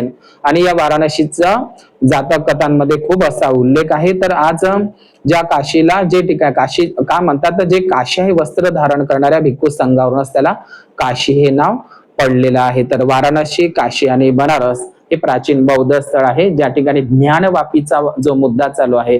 तर ज्ञानवापी या शब्दाचा अर्थ म्हणजे मुस्लिम धर्माशी काहीच नाही. ज्ञान म्हणजे काय, ज्ञानवापी हे बुद्धाचंच एक नाव आहे जो ज्ञानानं परिपूर्ण आहे, व्यापलेला आहे. तर ज्ञानवापी या ठिकाणी आनंदवन नावाचं एक ठिकाणही, आनंदवन नावाचं महाविहार आज ज्या ठिकाणी ज्ञानवापी जे मंदिर मस्जिद चालू आहे, तर ज्ञानव्यापी मंदिराच्या ठिकाणी आणि विश्वनाथ मंदिर या ठिकाणी सुद्धा 2 महाविहार, महास्तूप त्या काशी बनारसला होते, हे लक्षात घेतलं पाहिजे. आज वाराणसी शहराचा जो काही गंगा घाट आहे किंवा वाराणसी शहरातले जेवढे काही रोड रस्ते आहे, तर याच्यामध्ये सगळ्यात मोठं योगदान आहे जेम्स प्रिन्सेपचं. या जेम्स प्रिन्सेपनं वाराणसी नगरावर खूप मोठं संशोधन केलेलं आहे. त्यांचं एक पुस्तक सुद्धा आहे, ते आपण नक्कीच वाचावं. जेम्स प्रिन्सेप यांचं, ज्यांनी पहिल्यांदा पाली धम्मलिपी सम्राट अशोकाचे शिलालेख पहिल्यांदा वाचले होते जेम्स प्रिन्सेप यांनीच खऱ्या अर्थाने वाराणसीवर खूप सुंदर पुस्तक लिहिलेलं आहे, ते आपण नक्कीच वाचावं. तर काशी, वाराणसी आणि बनारस हे बौद्ध स्थळ आहे आणि सारनाथ सुद्धा हे एक बौद्ध स्थळ आहे. तर अशा पद्धतीनं जगातील सगळ्यात सुंदर बुद्ध मूर्ती धम्मचक्र पवतन मुद्रा जी सारनाथच्या संग्रहालयामध्ये ठेवलेली आहे, खूप सुंदर बुद्ध मूर्ती आहे धम्मचक्र पवतन मुद्रा, ती गुप्त काळातली आहे, खूप सुंदर आहे. जगामध्ये अद्वितीय अशी बुद्ध मूर्ती आपल्याला सारनाथच्या म्युझियम मध्ये पाहायला मिळेल. तर हे सारनाथ वाराणसी अत्यंत बौद्ध स्थळ आहे जे sir Alexander Cunningham, James Prinsep आणि देवमित्र अनागारिक धम्मपाल यांच्या मार्गदर्शनात नेतृत्वात त्याचं उत्खनन झालं आणि ते जगासमोर आज अत्यंत महत्वाचं ते ठिकाण सारनाथ वाराणसी आहे. पण या सारनाथ वाराणसीवर सुद्धा ब्राह्मणांचा डोळा आहे, हे आपण लक्षात घेतलं पाहिजे. तर अशा पद्धतीनं या सारनाथचं सुद्धा मी या दिवसाच्या निमित्ताने मी महत्व सांगण्याचा प्रयत्न केलेला आहे. तर ही जी आखाडी पौर्णिमा आहे हिला अयंग वस्सानं कालो म्हणतात. अयंग वस्सानं कालो म्हणजे काय? यह वर्षावास का काल आहे. वर्षा म्हणजे पाऊस आणि वास म्हणजे वास्तव्य करणं, एका ठिकाणी थांबणं, राहणं. तर याला वर्षावासाची सुरुवात म्हणजे वर्षावासाची सुरुवात कशी काय झाली? तर एकदा तथागत भगवान बुद्ध हे राजगृहातील विपुल पर्वतावर थांबलेले असताना एकदा काही शेतकरी लोकांनी, काही गृहस्थ लोकांनी बुद्धाकडे कंप्लेंट केल्या की हे तथागत सम्यक संबुद्धा, हे आपले जे श्रमण आहे, भिक्खू लोक आहे, हे तीनही ऋतूमध्ये, हिवाळा असो, उन्हाळा असो, पावसाळा असो, हे चारिकेसाठी फिरत असतात. आणि म्हणून पावसाळ्याच्या दिवसामध्ये पहिलं कारण होतं की शेतीमधले पिकं तुडवले जातात. शेतीमधले पिकं त्या काळामध्ये रस्ते, महामार्ग आजच्या सारखे हायवे, महासमृद्धी मार्ग नव्हते. त्या काळामध्ये बौद्ध भिक्खू एकतर नदीच्या काठाकाठानं चालायचे किंवा मग बंधाऱ्याहून चालायचे. आजच्या सारखे प्रगत रस्ते नव्हते, महामार्ग नव्हते, कुठूनही जंगला पहाडातून, शेती बंधाऱ्यातून, बांधावरून चालावं लागत होतं, गवताकाडीतून. आणि त्यामुळे पाऊस जसा पडला तर शेतीमध्ये पिकं लावल्या जायची आजच्या सारखी, आणि त्यामुळे भिक्खूंच्या पायांनी ती कवळी कवळी रोपट्या आहे, कवळी कवळी जी पिकं आहे ती पायामध्ये तुडवल्या जायची आणि ते मरण पावायची. आणि त्यामुळे मग गृहस्थ लोकांनी, शेतकरी लोकांनी बुद्धाकडे कंप्लेंट केला की आपले हे जे श्रमण भिक्खू आहे, श्रमण गौतमाचे, हे तीनही ऋतूमध्ये फिरत असतात आणि पिकांची हानी करत असतात. तर मग भगवान बुद्धाने या वर्षावासाला जी सुरुवात केली. तर या वर्षावास म्हणजे काय? तर पालीमध्ये त्याला वस्सावास म्हणतात. वस्सावास म्हणजे वस्सा म्हणजे वर्षावास. तर या वर्षावासाचं जे प्रारंभ आहे, जसं जैन धर्मामध्ये सुद्धा चातुर्याम संवरवाद असतो. तर वर्षावास कोणता असतो? आखाडी पौर्णिमा ते आश्विन कोजागिरी पौर्णिमा. नीट लक्ष द्या, आखाडी पौर्णिमा ते आश्विन कोजागिरी पौर्णिमेपर्यंत 3 महिने वर्षावास असतो आणि आखाडी आश्विन कोजागिरी पौर्णिमा ते कार्तिकी पौर्णिमापर्यंत 1 महिना कठीण चिवरदान, प्रवारणा दिवस, भिक्खू संघाच्या भेटीगाठीचे दिवस असतात. म्हणजे आश्विन पौर्णिमेपासून तर कार्तिकी पौर्णिमेपर्यंत 1 महिना कठीण चिवरदानाचे किंवा महाप्रवरणाचे किंवा भिक्खू संघाच्या भेटीगाठीचे 1 महिना दिवस असतात. आणि म्हणून खऱ्या अर्थानं तो 3 महिन्याचा वर्षावास आणि 1 महिना कठीण चिवरदान असा तो 4 महिन्याचा तो वर्षावास किंवा 3 महिन्याचा असतो. ज्या ठिकाणी अधिक पाऊस असेल त्या ठिकाणी 4 महिन्याची ही मुभा भौगोलिक कारणानुसार, पावसानुसार देण्यात आलेली होती. तर म्हणून वर्षावास कोणाचा आणि वर्षावास कोणाचा नाही हे आपण लक्षात घेतलं पाहिजे. तर वर्षावास म्हणजे काय? तर आपण एक गाथेमध्ये म्हणतो, देवो वसतु कालेन सस्य संपत्ती हेतुच पितो भवतु लोकोच राजा भवतु धम्मिको. याचा अर्थ होते की वेळेवर पाऊस पडो, पिकांची चांगली वाढ वृद्धी हो, राजा सुखी हो, राजा धम्मवान हो, धम्मिक हो, आणि प्रजा सुद्धा राजासोबत धम्मवान धम्मिक हो, अशी त्याच्या ओळ आहे. आणि म्हणून त्याच्यामध्ये आणखी एक गाथेमध्ये ओळ आहे, मामे बाल समागमो. म्हणजे मामे बाल समागम म्हणजे सतंग समागमो होंतु याव निब्बाण पत्तिया. मामे बाल समागम म्हणजे जे बालबुद्धी लोक आहे, मूर्ख लोक आहे, जोपर्यंत मला निब्बाण या परम सुखाचा साक्षात्कार होत नाही तोपर्यंत मूर्खाची संगती मला कदापि न घडो. म्हणून ही मूर्खाची संगती घडू नये त्याच्यासाठी आपण या 3 महिन्यामध्ये वर्षावासामध्ये भिक्खूंच्या सहवासात राहून परिवासात राहून धम्म आदी ग्रहण करणं. तर वर्षावास कोणाचा आणि वर्षावास कोणाचा नाही हे आपण लक्षात घेतलं पाहिजे. तर वर्षा म्हणजे काय तर पाऊस आणि वास म्हणजे काय वास्तव्य करणे. 3 किंवा 4 महिने भिक्खूने एकाच ठिकाणी थांबणे. तर अशा पद्धतीने वर्षावास कोणाचा तर वर्षावास भिक्खू आणि भिक्खुणींचा वर्षावास असतो. श्रामणेर आणि श्रामणेरीचा वर्षावास नाही. उपसंपादित भिक्खू आणि उपसंपादित भिक्खुणीचा वर्षावास असतो. श्रामणेर आणि श्रामणेरीचा वर्षावास नसतो. त्याचप्रमाणे उपासक उपासिका गृहस्थ गृहस्थनीचाही वर्षावास नसतो. पण काही लोक म्हणतात आमचा वर्षावास आहे. उपासक उपासकांचा वर्षावास नसतो हे आपण लक्षात घेतलं पाहिजे. आणि मग उपासकांनी काय करावं या वर्षावासामध्ये तर उपासक उपासिकांनी दान शील आणि अधिकाधिक ज्ञान संपादन करावं. भिक्खूच्या सहवासामध्ये राहून दान शील आणि समाधीचा अभ्यास करावा. अधिकाधिक ज्ञान संपादन करावं. प्रज्ञा संपादन करावं. आर्य उपोसताचं पालन करावं म्हणजे खऱ्या अर्थानं अष्टशिलाचं 8 शिलाचं पालन करावं आणि तेही सुद्धा पती पत्नीच्या अनुमतीनेच अष्टशिलाचं पालन होत असते.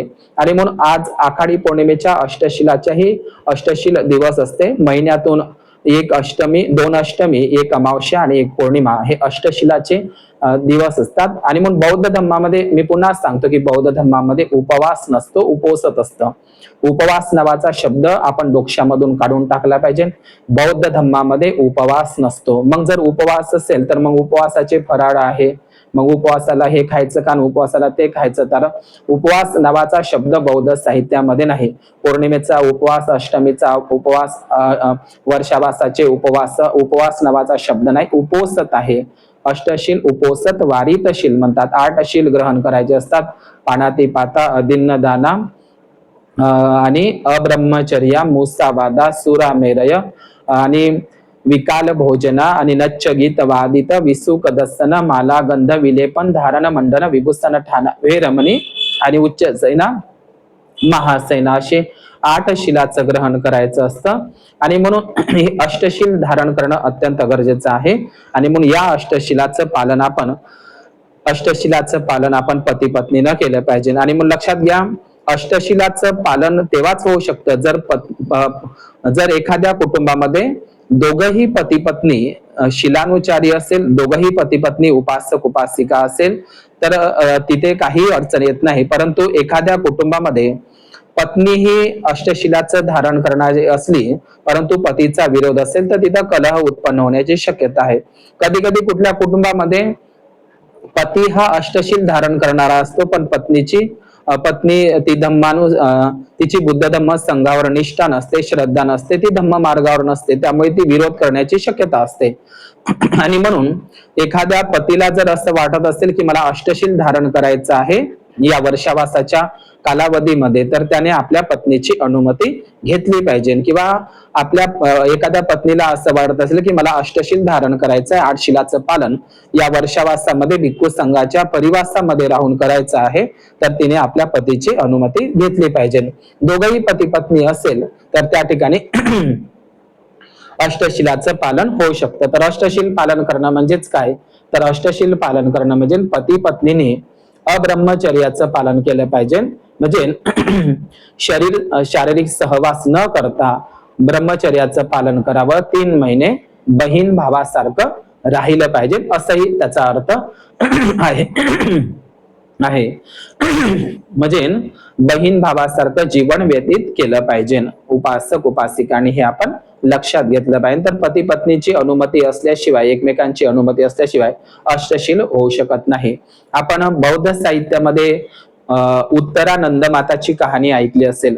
आपण ती कहाणी नक्कीच ऐकावी. थेरी गाथामध्ये उत्तरानंद माता या उत्तरानंद माता ही राजगृहाची असते. तर तिला माहित आहे ती मुळातच बौद्ध उपासिका असते आणि तिचा पती हा धम्म मार्गावर नसतो. तर त्यावेळी तिला अष्टशिलाचं पालन करायचं असतं उत्तरानंद माताला. तर त्यावेळी तिला उपवासाचं पालन करायचं असल्यामुळे ते काय करत असते, आपल्या पतीच्या शारीरिक गरजा, शारीरिक इच्छा पूर्ण करण्यासाठी राजगृहातील एक गणिका, वेश्या, एक स्त्री, सिरीमा नावाची एक स्त्री आपल्या पतीच्या सेवेमध्ये शारीरिक इच्छा पूर्तीसाठी ती ठेवत असते. म्हणजे ना आपला स्वतःचा पती 3 महिन्याकरिता म्हणजे माझ्याकडून अष्टशिलाचं पालन व्हावं म्हणून सिरीमा नावाच्या त्या गणिकेला, राजगृहाच्या सिरीमाला काही ती सोन्याचे काशार्पण, सोन्याच्या मोहरा देऊन 3 महिने तुला माझ्या पतीची इच्छा पूर्ती करायची आहे म्हणून उत्तरानंद माता अष्टशिलाचं पालन करण्याकरता आपल्या पतीलाही एका परक्या स्त्रीकडे देत असते.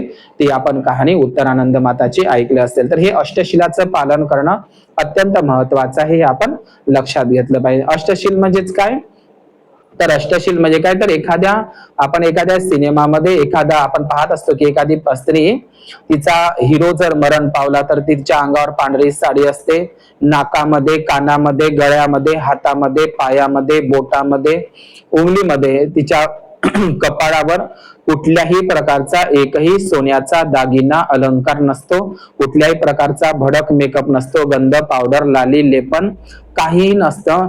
म्हणजे नाच गाणे तमाशे, म्हणजे माला, गंध, माला म्हणजे 2 प्रकारच्या माला असतात, सोन्याच्या, हिऱ्या मोत्याच्या माला असतात आणि गजऱ्याच्या, हाराच्या, चमेलीच्याही माला असतात.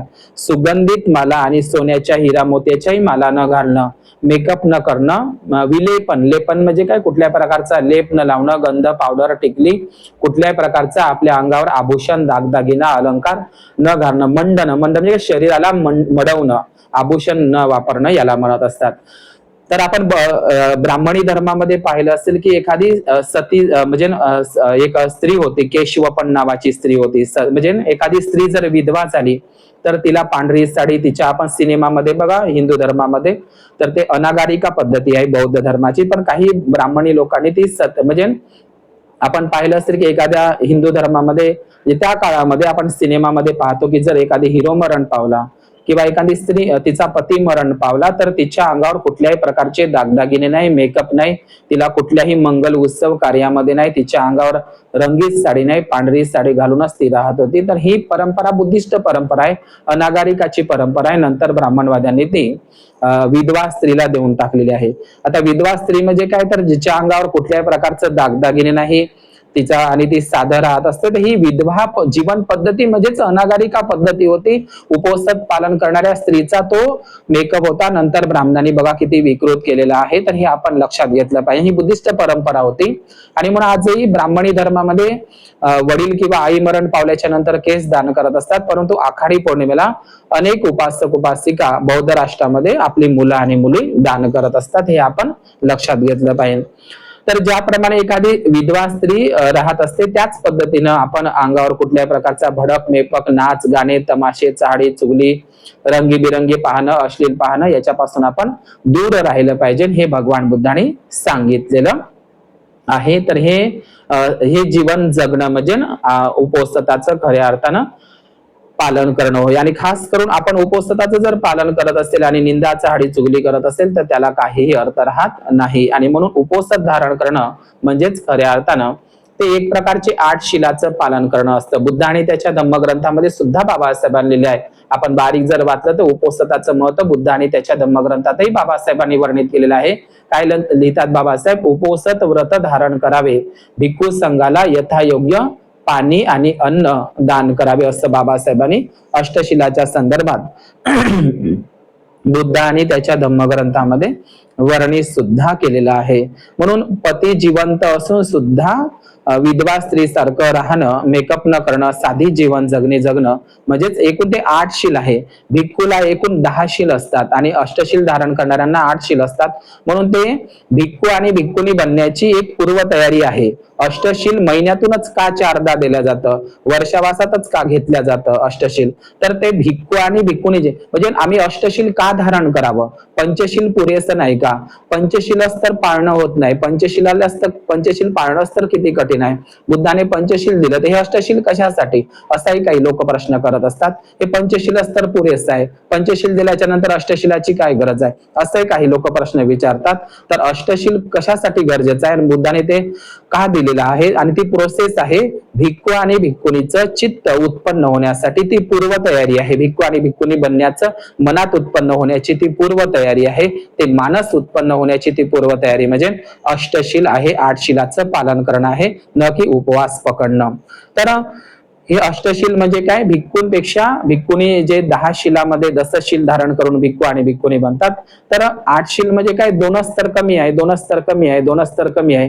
काढू का डोक्याचे केस, करू का मुंडन, बनू का भिक्खुनी, तर ही भिक्खू आणि भिक्खुनी बनण्याची पूर्वतयारी प्रोसेस म्हणजे हे अष्टशील धारण करणं आहे. निवळ आपण अष्टशीलच धारण करत आहोत, पण स्त्रिया माता पुरुष वर्ग जरी वर्षाभासात ग्रंथाला दिसत नाही, पुरुष वर्ग जरी धम्म कार्यामध्ये दिसत नाही, परंतु पुरुष वर्ग मात्र भिक्खू बनताना आपल्याला श्रामणेर शिबिरामध्ये जास्तीत जास्त पुरुषच दिसतात, परंतु महिला वर्ग मात्र भिक्खुनी बनताना दिसत नाही. तर ही भिक्खू आणि भिक्खुनी बनण्याची पूर्वतयारी प्रॅक्टिस प्रशिक्षण म्हणजेच अष्टशिलाचं पालन करणं. हे करून पहा, महिन्यातून 4दा करून पहा वर्षाभासात, तर ही पूर्वतयारी प्रॅक्टिस आहे.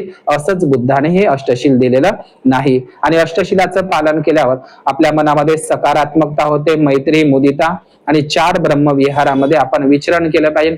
दानशील, उपेक्षाभाव आणि करुणा, मैत्री आणि सर्व प्राणी मनुष्य मात्राविषयी मंगल मैत्रीची भावना केली पाहिजे. आणि म्हणून हे वर्षाभास आपल्या काया वाचा मनाचे शुद्धीकरण करण्यासाठी हे वर्षाभास आहे. आणि 4 वेत्ता भावनाचा अभ्यास सुद्धा आपण वर्षाभासामध्ये केला पाहिजे, हे आपण लक्षात घेतलं पाहिजे. म्हणून वर्षाभासाचं आणि पौर्णिमेचं एक विशेष महत्व आहे. बाबासाहेबांना सुद्धा पौर्णिमेचं एक विशेष महत्व होतं. त्यांनी 23 जून 1956 ला दिल्लीला एक भाषणामध्ये बाबासाहेब म्हणतात, पौर्णिमेच्या प्रशांत वातावरणात पूर्ण चंद्राच्या शीतलतेने माणसाला आपल्या कार्यांचे सिंहावलोकन शांततापूर्वक आणि गांभीर्याने करण्याची संधी मिळते, हेच पौर्णिमेचे वैशिष्ट्य होय. आणि म्हणून 12ही महिन्याच्या 12ही पौर्णिमा हेच खरे आपले सण उत्सव आहे. 12ही महिन्याच्या 12ही पौर्णिमेला आपण आपल्या घरचे कार्यक्रम काढू नये. बौद्ध राष्ट्रामध्ये संपूर्ण कुटुंबासहित बौद्ध उपासक उपासिका बुद्ध विहारामध्ये, स्थानिक बुद्ध विहारामध्ये जात असतात. आपल्या कुटुंबासहित आपण प्रत्येक रविवारला बुद्ध विहारात गेलं पाहिजे. एक गोष्ट खेदाची सांगावीशी वाटते की ज्या ठिकाणी बुद्धाला ज्ञान प्राप्ती झाली, बुद्धाने 45 वर्षाभास केले. आपण लक्षात घ्या की भगवान बुद्धांचे एकूण वर्षाभास किती झाले, तर भगवान बुद्धांचे एकूण वर्षाभास 45 झाले. आणि 45 वर्षाभास तथागत सम्यक संबुद्धाचे त्यांच्या धम्म जीवनामध्ये 45 वर्षाभास झाले. आणि 45 वर्षाभास आणि 45 वर्षच त्यांनी बुद्ध धम्माचा प्रचार आणि प्रसार केलेला आपल्याला दिसतो. तर आणि भगवान बुद्धांचे सर्वात जास्त वर्षाभास, त्यांच्या आयुष्यातील सर्वात जास्त वर्षाभास श्रावस्तीच्या जेतवनामध्ये एकूण 25 वर्षाभास झालेले आहे, हे आपण लक्षात घेतलं पाहिजे. तर भगवान बुद्धांचे एकूण 25 वर्षाभास श्रावस्तीच्या जेतवनामध्ये झालेले होते. आणि म्हणून सर्वात जास्त वर्षाभास भगवान बुद्धांचे श्रावस्तीच्या जेतवनामध्ये झाले. एवढंच नाही तर भगवान बुद्धांचा 1 वर्षाभास मथुरेला सुद्धा वैरंच्या वनामध्ये झालेला होता. भगवान बुद्धांचे 2 वर्षाभास त्यांच्या स्वतःच्या गावी म्हणजे कपिलवस्तूच्या निग्रोध वनामध्ये सुद्धा तथागत भगवान बुद्धाचे, काही लोक म्हणतात की स्वतःच्या गावामध्ये भिक्खूने वर्षाभास करू नये, परंतु लक्षात घ्या तथागत सम्यक संबुद्धांचे 2 वर्षाभास त्यांच्या स्वतःच्याच नगरामध्ये, कपिलवस्तू नगरामध्ये निग्रोध वनामध्ये झालेले होते, हे आपण लक्षात घ्या. 1 वर्षाभास भगवान बुद्धांचा मथुरा या वैरंजा या ठिकाणी सुद्धा झालेला होता, ज्या ठिकाणी दुष्काळ पडलेला होता. वैरंज सुत्तामध्ये आपण पाहू शकतो. तर भगवान बुद्धांनी आपल्या आयुष्यामध्ये 45 वर्षाभास केले. आणि या 45 वर्षाभासामध्ये सर्वाधिक वर्षाभास भगवान बुद्धांचे श्रावस्तीच्या जेतवनामध्ये झाले होते. आणि म्हणून बौद्ध धर्मामध्ये जे उपोसत आहे, तर उपोसत विशाखा माताने, हे जे आपण उपोसत सुत्तामध्ये जर वाचलं तर भगवान बुद्धांची महाउपासिका आहे मिगार माता विशाखा. ज्या मिगार माता विशाखाने, जी भगवान बुद्धांची महाउपासिका होते, जिने तथागत सम्यक संबुद्धाला श्रावस्तीलाच एक पूर्वाराम नावाचे महाविहार बांधून दिले होते पूर्व दिशेकडे तोंड करून. तर या पूर्वाराम महाविहार श्रावस्तीला एकदा तथागत भगवान बुद्धांचा श्रावस्तीच्याच पूर्वाराम महाविहारामध्ये सुद्धा भगवान बुद्धांचा एकदा वर्षावास सुरू होता आणि त्याच वर्षावासामध्ये भगवान बुद्धांची महाउपासिका मिगारमाता विशाखा आली आणि तिने भगवान बुद्धाला उपोसत च्या संदर्भात विचारलं होतं. तर ते उपोसत सुत्तामध्ये आहे. उपोसत सुत्तामध्ये तर 3 प्रकारचे उपोसत भगवान बुद्धांनी सांगितले होते आणि तो उपोसत म्हणजे तर पहिला उपोसत म्हणजे जे गोपाल उपोसत, जे गुराख्यासारखं उपोसत असतं. जो गुराखी केवळ गायी राखण्याचं काम करतो आणि पाणी पाजण्याचं काम करतो आणि तो दूध मात्र दुसराच त्याचा मालक काढत असतो. तर अशा पद्धतीनं ते गुराख्यासारखं गोपाल उपोसत. तर याचं विश्लेषण खूप होईल. गोपाल उपोसत म्हणजे केवळ उपोसत धारण करणं आणि दिवसभर ते अन्नामध्ये आपलं मन ठेवणं. तर अशा पद्धतीनं तर दुसऱ्या प्रकारचं जे उपोसत सांगितलं, पहिलं आहे गोपाल उपोसत, दुसरं उपोसत आहे निग्रंथ उपोसत. भगवान बुद्धांच्या काळामध्ये जे निगंठनाथ पुत्र म्हणजे वर्धमान महावीर 24वे तीर्थंकर जैन धर्माचे वर्धमान महावीर, यांना भगवान बुद्धांच्या काळामध्ये वर्धमान महावीर असं नाही म्हटलं जात होतं. बुद्धांच्या काळामध्ये जे 62 पंथ होते त्याच्यापैकी निगंठनाथ पुत्राचा एक पंथ म्हणजे जैन धर्माचा एक पंथ आणि ते लोक आणि आजीवक पंथाचे लोक आणि 62 पंथांचे लोक. तर जे निगंठनाथ पुत्ताचे निग्रंथ पुत्ताचे जे काही श्रमण होते जैन साधू, तर ते त्या प्रकारचे उपोसत धारण करायचे, ते निग्रंथ उपोसत होते. आणि म्हणून तिसरं जे उपोसत भगवान बुद्धांनी सांगितलंय ते अर्य उपोसत. अर्य म्हणजे श्रेष्ठ उपोसत म्हणजे 8 शील ग्रहण करणे. तर गोपाल उपोसत नाही, निग्रंथ उपोसत नाही, तर आर्य उपोसत भगवान बुद्धांनी करायला सांगितलं. आणि आर्य उपोसतामध्ये केवळ उपवास नाही तर 8 शीलाचं पालन करणं आहे. निग्रंथ उपोसत आपण पाहिलं असेल की भगवान बुद्धांनी म्हणजे जैन साधूंना 8 वस्तू नसतात, अष्टपरिस्कार नसतात, परंतु बौद्ध भिक्खूंना अष्टपरिस्कार असतो.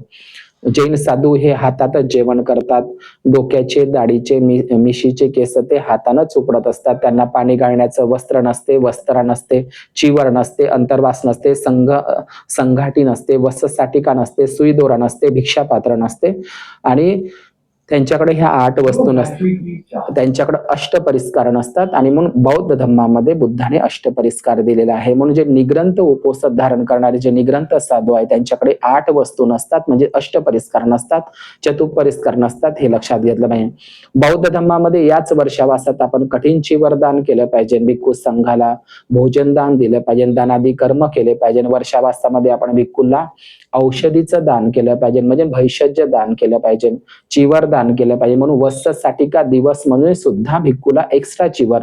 पावसाच्या दिवसामध्ये आपण पाहिलं असेल बुद्ध आणि धम्मामध्ये मिगार माता विशाखा श्रावस्तीच्या जे श्रावस्तीला असताना पूर्वाराम महाविहारामध्ये बुद्धाचा वर्षावास श्रावस्तीला चालू असतो, त्यावेळी विशाखा आपल्या दासीला पाठवत असते, त्यावेळी भिक्खू लोक हे ओले होत असतात आणि त्यावेळी विशाखा माता म्हणजे 8 वर मागत असते. त्या 8 वरामध्ये सुद्धा हे वर्णित आहे की आपण चतुप परिस्काराचं भिक्खूला चिवरदान, आवासदान, भिक्खू निवासदान, औषधीदास आपण दान केलं पाहिजे, हे लक्षात घेतलं पाहिजे.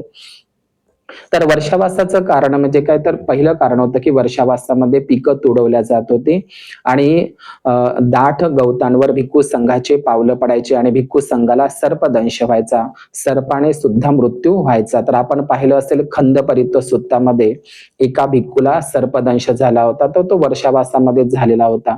तर 4 सर्प मैत्र कुलावर भगवान बुद्धांनी जे ते माहितच आहे तुम्हाला. तर भगवान बुद्धांनी वर्षावासाचं पहिलं कारण म्हणजे की शेतातील पिकं तुडवल्या जात होते, रोपटे तुडवल्या जात होते, त्यामुळे वर्षावास होता. दुसरं कारण पावसाळ्याच्या दिवसामध्ये गवत वाढलेलं असायचे, त्या गवतामध्ये घनदाट गवतामध्ये भिक्खू संघाचा पाऊल पडल्यामुळे भिक्खू संघाला मृत्यू सुद्धा येऊ शकत होता, सर्पदंश होऊ शकत होता. म्हणून त्यामुळे भगवान बुद्धांनी वर्षावासाला सुरुवात केली. तिसरं कारण होतं की जंगलामध्ये नदी नाल्यांना ओढा पूर आलेला असतो म्हणजे पावसाळ्याच्या दिवसामध्ये नदी नाल्यांना पूर आलेला असतो आणि त्यामुळे भिक्खू लोक नदीच्या नाल्याच्या पुराने वाहून जाऊ शकतात, मरण पावू शकतात. हे तिसरं कारण.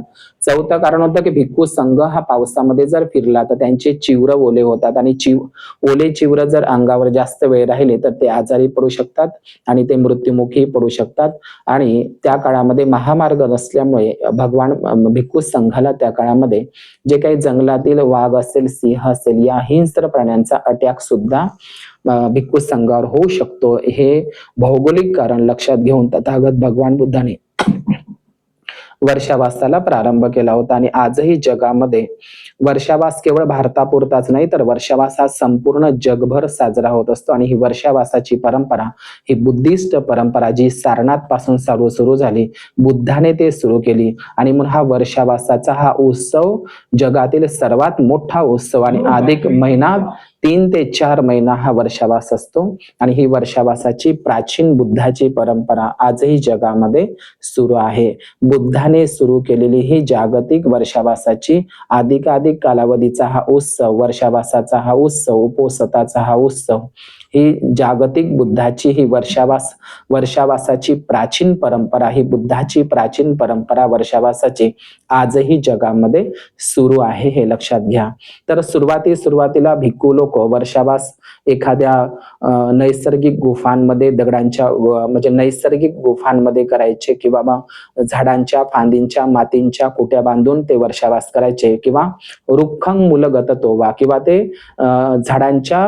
झाडांखाली सुद्धा ते वर्षावास करायचे. रुक्खं मूलगत तोवा म्हणजे रुक्खं मूलगत तोवा म्हणजे एकतर भिक्खू घनदाट झाडाच्या खाली करायचे किंवा झाडांच्या फांद्यांची कुटी करून किंवा मातींची कुटी करून ते वर्षावास करायचे भिक्खू लोक. आणि नंतर उपासक वर्ग जसा वाढत गेला तर उपासक उपासिका वर्ग वाढत गेला तर उपासक उपासिका त्यांना संघाराम म्हणजे भिक्खुनी निवास आणि त्यांना शून्यगार आणि महाविहार जशी जशी बांधून दिली. आणि त्यानंतर जो भिक्खू झाडाखाली किंवा नैसर्गिक गुहांमध्ये किंवा दरी कपाऱ्यांमध्ये, दरी खोऱ्यांमध्ये वर्षावास करायचा तो भिक्खू, जो झाडांच्या फांद्यांच्या झोपडीमध्ये, गवतांच्या झोपडीमध्ये, मातीच्या झोपडीमध्ये जो वर्षावास करायचा तो भिक्खू नंतर भिक्खू निवास, ज्याला संघाराम म्हणतात, संघाच्या आरामाचं ठिकाण किंवा शून्यागार, ही परंपरा महाविहाराची परंपरा सुरुवात झाली. आणि अशा प्रकारे भिक्खू लोक गावापासून दूरही नाही आणि गावापासून जास्त लांबही नाही अशा पद्धतीनं उपासक उपासिकांना धम्म श्रवण करण्याकरता सोपं जायला पाहिजे आणि ते महामार्गावर अशा पद्धतीनं वर्षावासाची प्राचीन परंपरा सुरू झाली. आणि नंतरच्या काळामध्ये बुद्ध लेणी बौद्ध गुफा परंपरा सुरू झाली. आणि त्यानंतर सम्राट अशोकांना असं वाटलं की ह्या मातीच्या झोपड्या आणि ह्या झाडांच्या फांद्यांच्या झोपड्या, गवतांच्या झोपड्या ह्या जास्त काही टिकत नाही, दरवर्षी बांधावे लागतात.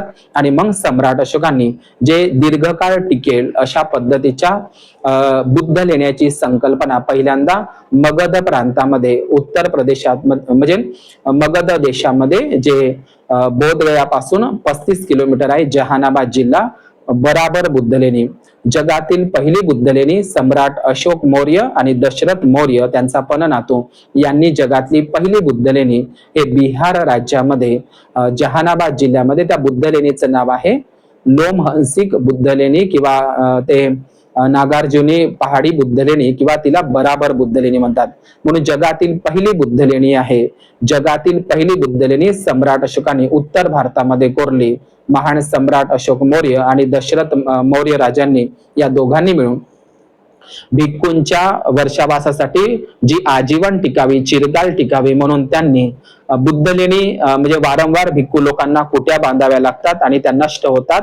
आणि कुडाकाठीच्या याच्यामध्ये राहण्यापेक्षा जे दीर्घकाळ टिकावी, जास्त काळ टिकावी म्हणून यासाठी बुद्धलेणीची संकल्पना सर्वप्रथम सम्राट अशोकाच्या मनामध्ये आली. आणि त्यांनी पहिल्यांदा ग्रेनाइट पत्थरमध्ये बिहारमध्ये बराबर बुद्धलेणी आणि तिथेच मगध प्रांतामध्ये सोन भंडार बुद्धलेणी अशा 2 बुद्धलेण्या सम्राट अशोकांनी, आणि इकडे छत्तीसगडला जोगीमारा बुद्धलेणी अशा पद्धतीच्या सम्राट अशोकांनी या बुद्धलेण्यांची सुरुवात केली. आणि अशा पद्धतीनं बौद्ध भिक्खू लोक मग ह्या टिकाऊ असणाऱ्या बुद्धलेणींमध्ये वर्षावास करू लागले. आणि मौर्य काळातील ही परंपरा संपूर्ण महाराष्ट्रामध्ये जेवढ्या काही शिवनेरी, जुन्नर, कार्ले, भाजे, बेडसे, अजंठा, वेरूळ, एलिफंटा, कान्हेरी, कराड, कोंडाणे, कुडा, महाड, गांधारपाली आणि अशा संपूर्ण भारतामध्ये, मग ते गुजरातमध्ये सानावाकिया, खापराकोडिया, तलाजा, केडिया डोंगर असो, किंवा मध्य प्रदेशातील वाघ असो, उदयगिरी असो, किंवा धम्मराजेश्वर असो, बांधवगड असो, ह्या संपूर्ण जगामध्ये, भारतामध्ये ज्या बुद्ध लेण्या सुरू झाल्या आणि या बुद्ध लेणीमध्ये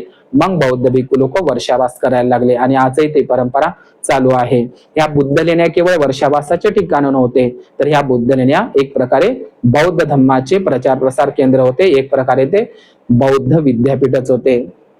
आणि म्हणून श्रामणेर आणि श्रामणेरी या ठिकाणी वर्षावास, श्रामणेर आणि श्रामणेरीचा वर्षावास असतो. उपसंपादित भिक्खू भिक्खुनीचा वर्षावास असतो. श्रामणेर आणि श्रामणेरी शील आणि धम्म आणि विनयाचं पालन आपल्या उपाध्यायांकडे राहून ते प्रशिक्षण घेण्याचा त्यांचा कालावधी असतो. आणि या वर्षावासामध्ये सरणशील, पंचशील, अष्टशील, दसशील आणि प्रातिमोक्षशीलाचं अधिकाधिक पालन या वर्षावासामध्ये उपासक उपासिका करत असतात. आणि वर्षावास झाल्याच्या नंतर महाप्रवारणा दिवस असते. महाप्रवारणा म्हणजेच कठीण चिवरदानाचा कार्यक्रम असतो. आपल्याला माहित आहे कठीण चिवराची परंपरा बुद्ध आणि त्याच्या धम्मग्रंथामध्ये आहे, की ज्यावेळी सम्यक संबुद्ध आपल्या गावी कपिलवस्तूला निग्रोध वनामध्ये थांबत असतात, त्यावेळी महाप्रजापती गौतमी स्वतःच्या हाताने कोलीय वंशाची महाप्रजापती गौतमी, जी नंतर शाक्य कुळाची बनत असते, तर ही महाप्रजापती गौतमी स्वतःच्या हातानं कठीण चिवर शिवून निग्रोध वनामध्ये कपिलवस्तूला बुद्धाकडे येत असते. आणि बुद्ध म्हणतात की मला एकट्याला नाही तर संघाला दान कर, संघाचा सन्मान होईल. तर अशा पद्धतीनं कठीण चिवर दानाची परंपरा बौद्ध राष्ट्रामध्ये टिकून आहे. याचा अर्थ महाप्रजापती गौतमीला चिवर शिवता येत होतं. आजही बौद्ध राष्ट्रामध्ये वर्षावासात आणि वर्षावास समाप्तीच्या महाकठीण चिवरदानाचं खूप एक महत्व असते. म्हणून आपल्या जीवनामध्ये बौद्ध राष्ट्रामध्ये घरातला प्रत्येक बौद्ध सदस्य, घरातला प्रत्येक व्यक्ती, प्रत्येकाचं प्रत्येक म्हणजे घरामध्ये 4 लोक असतील तर 4 लोक आपापल्या हातानं स्वतःचं चिवर विणतात आणि ते स्वतः रंगवतात, सूत काढतात आणि स्वतः ते भिक्खू संघाला दान करतात. म्हणून बौद्ध राष्ट्रामध्ये चिवर दानाचं, भिक्षापात्र दानाचं, अष्टपरिस्कार दानाचं, चतुपरिस्कार दानाचं खूप महत्व आहे. बौद्ध राष्ट्रामध्ये आपण चिवर दान करत नाही. म्हणून आजही थायलंड, श्रीलंका, जपान सारखे बौद्ध राष्ट्रातील लोक आपल्या भारतामध्ये बुद्ध मूर्त्या दान करतात, चिवर दान करतात, कारण ते भारताचे उपकार मानतात की बुद्ध बाबा या भारतामुळे आम्हाला बुद्ध मिळाला म्हणून. म्हणून आपण चिवर दानही केलं पाहिजे. आपल्या लग्नामध्ये आपण कितीतरी पाहुणे मंडळींना हजारो रुपयाच्या आहेर घेत असतो, कपडे घेत असतो आणि कितीतरी हजारो लाखो रुपये आपण लग्नाच्या कपड्यावर खर्च करत असतो, परंतु भिक्खू संघाला आपण 12 महिन्याचं एक साधं चिवर घेऊ शकत नाही. म्हणून भिक्खू संघ आणि उपासक उपासिका, भिक्खू भिक्खुनी, उपासक उपासिका संघ ही धम्मरथाची 4 चाकं आहे आणि हे 4 चाकं धम्मरथ पुढे नेऊ शकतात. म्हणून भिक्खू आणि भिक्खुनी हे पुढचे चाकं आहे जे धम्माला जिवंत ठेवत असतात आणि या भिक्खू आणि भिक्खुनीला जिवंत ठेवण्याचं काम उपासक उपासिका करत असतात. म्हणून आपण भिक्खूंच्या अन्न, वस्त्र, निवारा, आरोग्य आणि शिक्षण याच्या गरजा आपण पुरवल्या पाहिजेत. म्हणून वर्षावासामध्ये भिक्खू लोक जे वर्षावास करतात तर भिक्खू लोकांसाठी 3 किंवा 4 महिने वर्षावासाकरिता भिक्खू आणि भिक्खुनींना आपलं बुद्ध विहार उपलब्ध करून दिलं पाहिजे. अनेक लोकांनी बुद्ध विहार बांधलेले आहे, पण त्या बुद्ध विहाराला काहीच अर्थ नाही. ज्याप्रमाणे एखाद्या व्यक्तीनं खूप मोठं घर बांधावं, बंगला बांधावा आणि त्या घरामध्ये कोणीही व्यक्ती नाही, किंवा एखाद्या व्यक्तीनं खूप मोठं कॉलेज काढावं आणि शाळा काढावी आणि त्या शाळेमध्ये जर गुरु शिक्षकच नसेल तर त्या शाळेला काहीच अर्थ राहत नाही. म्हणून बुद्ध विहार हे वर्षावासाची ठिकाणं होती, ती एक प्रकारे विद्यापीठच होती. आणि ते एक आपण पाहिलं असेल नालंदा विद्यापीठामध्ये 10,000 भिक्खू एकाच वेळी वर्षावास करत होते. 10,000 भिक्खू एकाच वेळी वर्षावास करत होते नालंदा विद्यापीठामध्ये. रत्नरंजक, रत्नसागर आणि रत्नदोधी नावाच्या 3 मजली तिथं त्या ठिकाणी लायब्रऱ्या होत्या. 6 महिने नालंदा विद्यापीठ जळत राहिलं, ब्राह्मणांनीच जाळलं ते नालंदा विद्यापीठ. तर 10,000 भिक्खू लोक एकाच ठिकाणी, 10,000 भिक्खू लोक एकाच ठिकाणी, 10,000 भिक्खू लोक नालंदाला वर्षावास करायचे आणि त्याच्या अन्न, वस्त्र, निवारा, भिक्षापात्र सगळ्यांची पूर्तता गरीबातला गरीब शेतकरी राजे महाराजे धनी श्रेष्ठी करायचे. म्हणून आजचे विहार हे राजकारणाचे अड्डे झाले आहे, बचत गटाचे अड्डे झाले आहे, ब्युटी पार्लर केंद्र झाले आहे, अंगणवाडी झाले आहे, जानवसा झालेले आहे आणि काही जे समाजकंटक लोकांचे ते राजकीय अड्डे झालेले आहे. म्हणून बुद्ध विहार हे बौद्ध विद्यापीठ झाले होते. नालंदा हे एक विद्यापीठ नव्हतं, ते सुरुवातीला ते महाविहार होतं आणि महावीराचं महाविद्यापीठ झालं आणि जगभर बुद्ध धर्माचा प्रचार झाला. महाविहार हे बुद्ध विहार हे विद्यापीठ झाली पाहिजे असं आपल्या लक्षात असलं पाहिजे. म्हणून वर्षावासात आपण भिक्खूला 2 ते 3 महिन्याच्या आधीच आमंत्रित केलं पाहिजे. वर्षावासामध्ये भिक्खू उत्तर दक्षिण पूर्व पश्चिम आलेल्या भिक्खू संघासाठीच ते विहार असतं. विहार कुणाच्याही मालकीचं नसतं, ते भिक्खूचंही नसतं. आणि म्हणून काही लोकांचा समज असतो की भिक्खू लोकांनी, हो खरोखरच भिक्खू लोकांनी वर्षावास 3 महिने केला पाहिजे आणि बाकीचे महिने त्यानं धम्म प्रचार केला पाहिजे, ही गोष्ट खरी आहे. परंतु आपण हे विसरतो की काही जर नवीन भिक्खू असेल, त्यांना अभ्यास करायचा असेल, ध्यान करायचं असेल, काही धम्म ग्रंथ वाचायचे असेल, बौद्ध साहित्य वाचायचं असेल, तर ते भिक्खू लोक वर्षावास झाल्याच्या नंतरही अभ्यासासाठी ते कुठल्या विहारामध्ये थांबू शकतात, असं नाही. जे प्रशिक्षित आहे, हुशार आहे आणि ज्यांच्याकडे धम्माचं ज्ञानच आहे आणि त्याच भिक्खूला माहित पडत असतं की मी आता सक्षम आहो धम्म प्रचार आणि प्रसाराकरिता, तर ते भिक्खू लोक धम्म प्रचार करू शकतात. पण एखादी नवागंतुक भिक्खू असेल तर त्यासाठी आपण विहार उपलब्ध करून दिलं पाहिजे आणि तो भिक्खू केवळ वर्षावासातच थांबला पाहिजे असं नाही. तर भिक्खू 12ही महिने जरी विहारात थांबला तर काहीही फरक पडत नाही, आपण लक्षात घेतलं पाहिजे. म्हणून वर्षावासासाठी आपण बुद्ध विहार खुली करून दिली पाहिजे. आणि खास करून अनेक ठिकाणी बुद्ध विहार आपण पाहत असतो, पण बुद्ध विहारामध्ये टॉयलेट बाथरूमची, संडास बाथरूमची व्यवस्था नसते आणि त्यामुळे काही भिक्खू लोक वर्षावास करत नाही. काही भिक्खू लोकांमध्ये कमिटी असते, गट असते आणि त्याच्यामुळे सुद्धा काही भिक्खू लोक वर्षावास करत नाही. भगवान बुद्धांनी कुल सूत्रामध्ये सांगितलंय की कुठे धम्म उपदेश करावा आणि कुठे करू नये. आणि म्हणून भगवान बुद्धांनी ज्याच्या हातात छत्री असेल, हत्यार असेल, शस्त्र असेल, वाहनावर बसलेला असेल, डोक्यावर टोपी असेल, पदर असेल, सोन्याचा राजमुकुट असेल, तर काडी असेल, तर अशा लोकांना पायात चपला, पादत्राणे असेल तर उपदेश करू नये. आणि वर्षावास कुठे करावा आणि कुठे करू नये हे भगवान बुद्धाने सांगितलेलं आहे. आणि म्हणून वर्षावासामध्ये 7 दिवसच भिक्खू लोकांना इकडे तिकडे अनुमती आहे फिरण्याची. आणि त्या वर्षावासामध्ये जर काही संकट उपलब्ध झाली, अधिष्ठान मानू नये, तरी भिक्खू लोकांना वर्षावासाचा त्यागही करता येतो, हे लक्षात घेतलं पाहिजे. म्हणून वर्षावासामध्ये जेव्हा आपण भिक्खूला आमंत्रित करत असतो तर वर्षावासामध्ये 3 ते 4 महिन्यापासूनच आपण भिक्खू लोकांना आमंत्रित केलं पाहिजे. आणि आपण उपोषताचं पालन करूनच धम्मग्रंथ वाचलं पाहिजे. उपासक उपासिका धम्मग्रंथ वाचतात परंतु ते उपोषताचं पालन करत नाही. जेवढं तुम्ही वर्षावासात उपोषत पालन करून जर धम्मग्रंथाचं पठण करत असाल तर त्याला तुम्हाला जास्त लाभ होत असतो.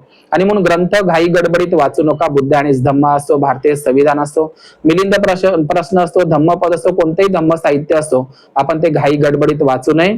आपण ते आरामात वाचावं, व्यवस्थित वाचावं. जीवित पर्यंत शरणं गच्छामि, जिवंत असेपर्यंत बुद्ध धम्म संघाचं ज्ञान आपल्याला घ्यायचं आहे. म्हणून वर्षावासामध्ये आपल्या विहारामध्ये टॉयलेट बाथरूमही असलं पाहिजे भिक्खूंची व्यवस्था म्हणून. याच्याकरता टॉयलेट बाथरूमची व्यवस्था भगवान बुद्धानेच त्याची सुरुवात केलेली आहे, मोदीनं नाही. स्वच्छ स्वच्छ ग्राम स्वच्छता अभियान जे आपण म्हणत असतो हे बुद्धाचं अभियान आहे. आपण वैशालीला आणि नालंदाला जरी आज गेले तर आजही तुम्हाला त्या ठिकाणी टॉयलेट बाथरूम सापडतात. म्हणजे बुद्धानेच सांगितलं होतं विनय पिटकामध्ये, भिक्खूंना विनय पिटकामध्ये भगवान बुद्धाने सांगितलं होतं की भिक्खूंनो उघड्यावर संडास करायला जाऊ नका. हे भगवान बुद्धाचं आहे विनय पिटकामध्ये, भिक्खूंनो उघड्यावर संडास करायला जाऊ नका, उभ्याने गवतावर लघवी करू नका, उभ्यानं पाणी पिऊ नका, उभ्यानं गवतावर लघवी करू नका, उघड्यावर संडासला जाऊ नका, हे भगवान बुद्धाने विनय पिटकामध्ये सांगितलेलं होतं. म्हणून भगवान बुद्धाने टॉयलेट बाथरूमचं, म्हणजे त्याला पाली धम्मलिपीमध्ये नाव आहे जनताघर आणि वच्छकुटी म्हणतात. वच्छकुटी म्हणजे जनताघर म्हणजेच आंघोळीचं ठिकाण आणि वच्छकुटी म्हणजे संडास. तर संडास बाथरूम ही बुद्धाची संकल्पना आहे. आपण नालंदा आणि वैशालीला आजही गेलं तर तिथे तुम्हाला टॉयलेट बाथरूमचे भग्न अवशेष आजही त्या ठिकाणी पाहायला मिळतात.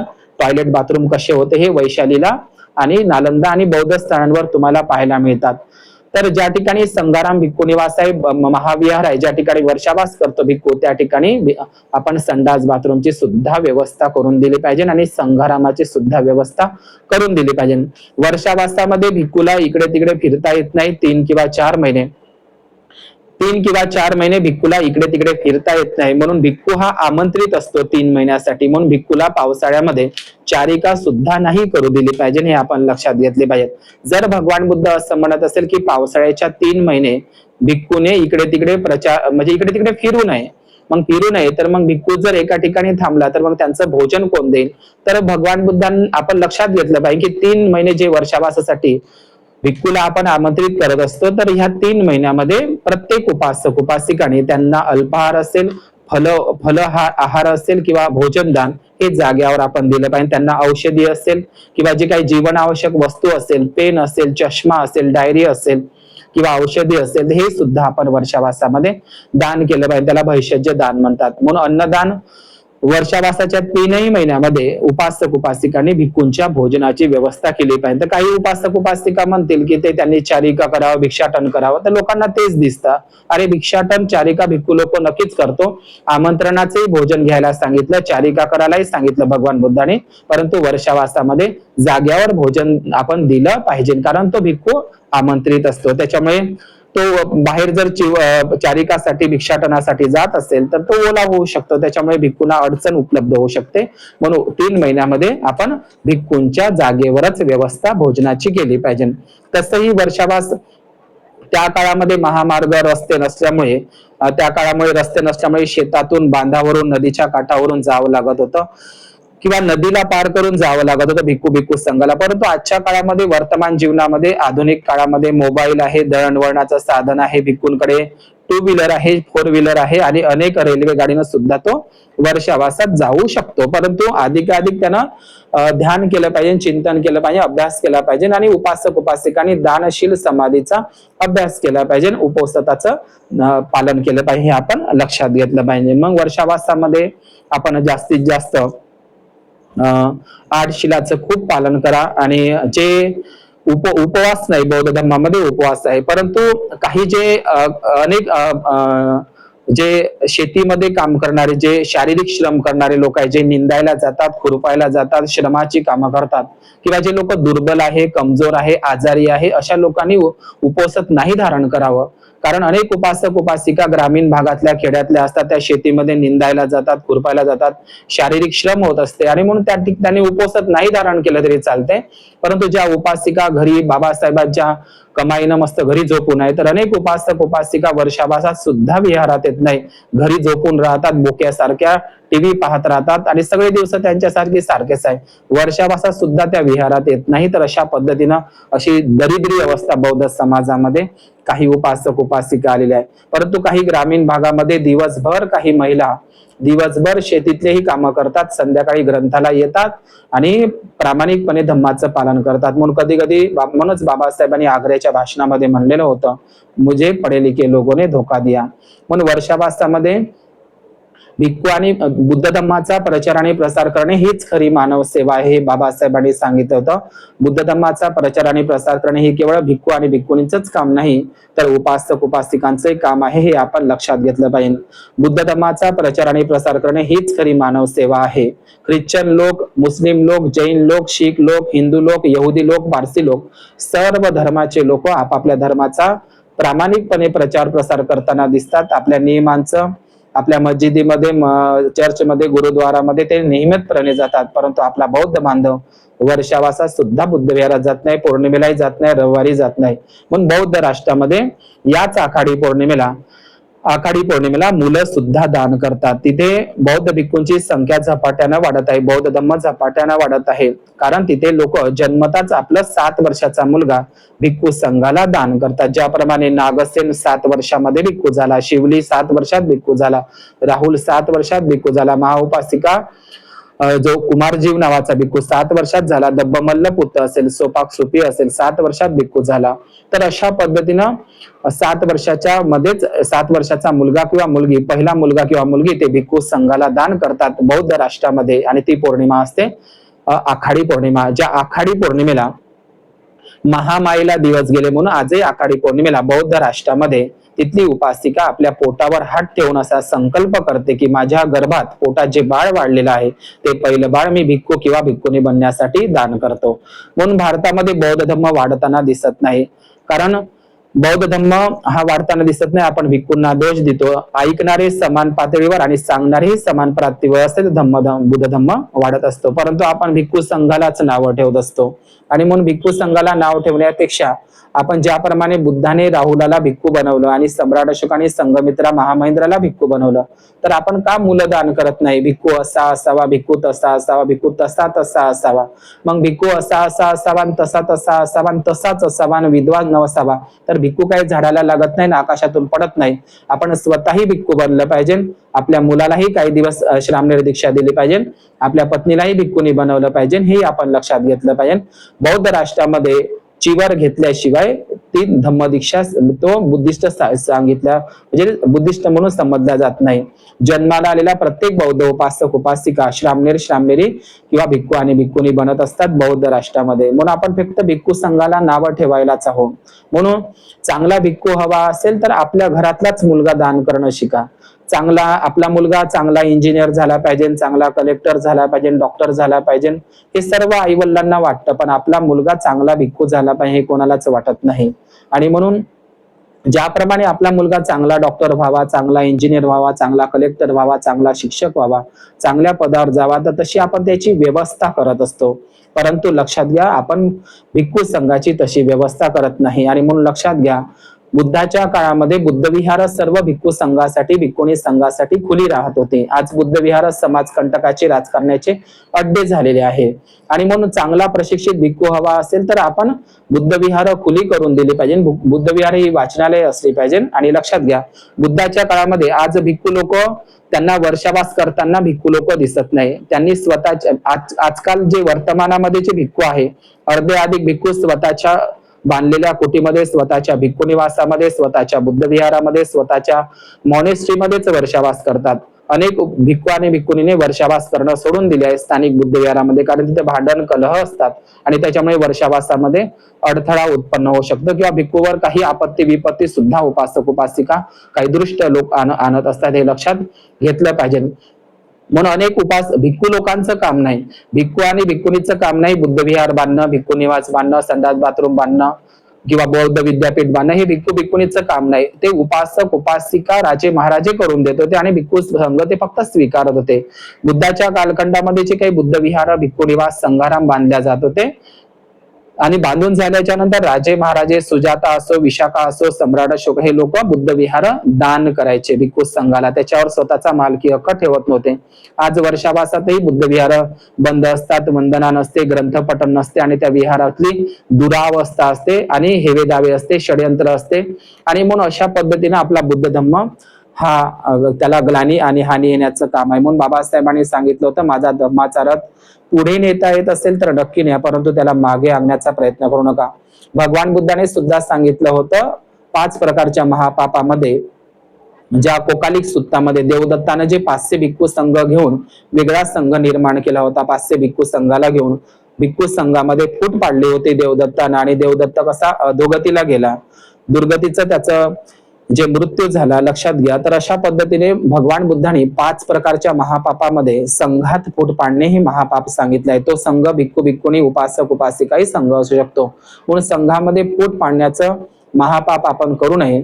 आणि म्हणून सुखासंगस सामग्री समग्रपणे संघटितपणे काम करणं ते पूर्ण होत असतं आणि ते सुखदायक असतं. हे भगवान बुद्धांनी सांगितलंय, बाबासाहेबांनी सांगितलंय. संघटित व्हा म्हणजे हेच होय, ते सुखा संघस सामग्री म्हणजे काय, समग्रपणे संघटितपणे केलेलं काम हे सुखदायक असतं, सुखकारक असतं. म्हणून आपण संघटितपणे होऊनच बुद्ध धम्माचं काम केलं पाहिजे.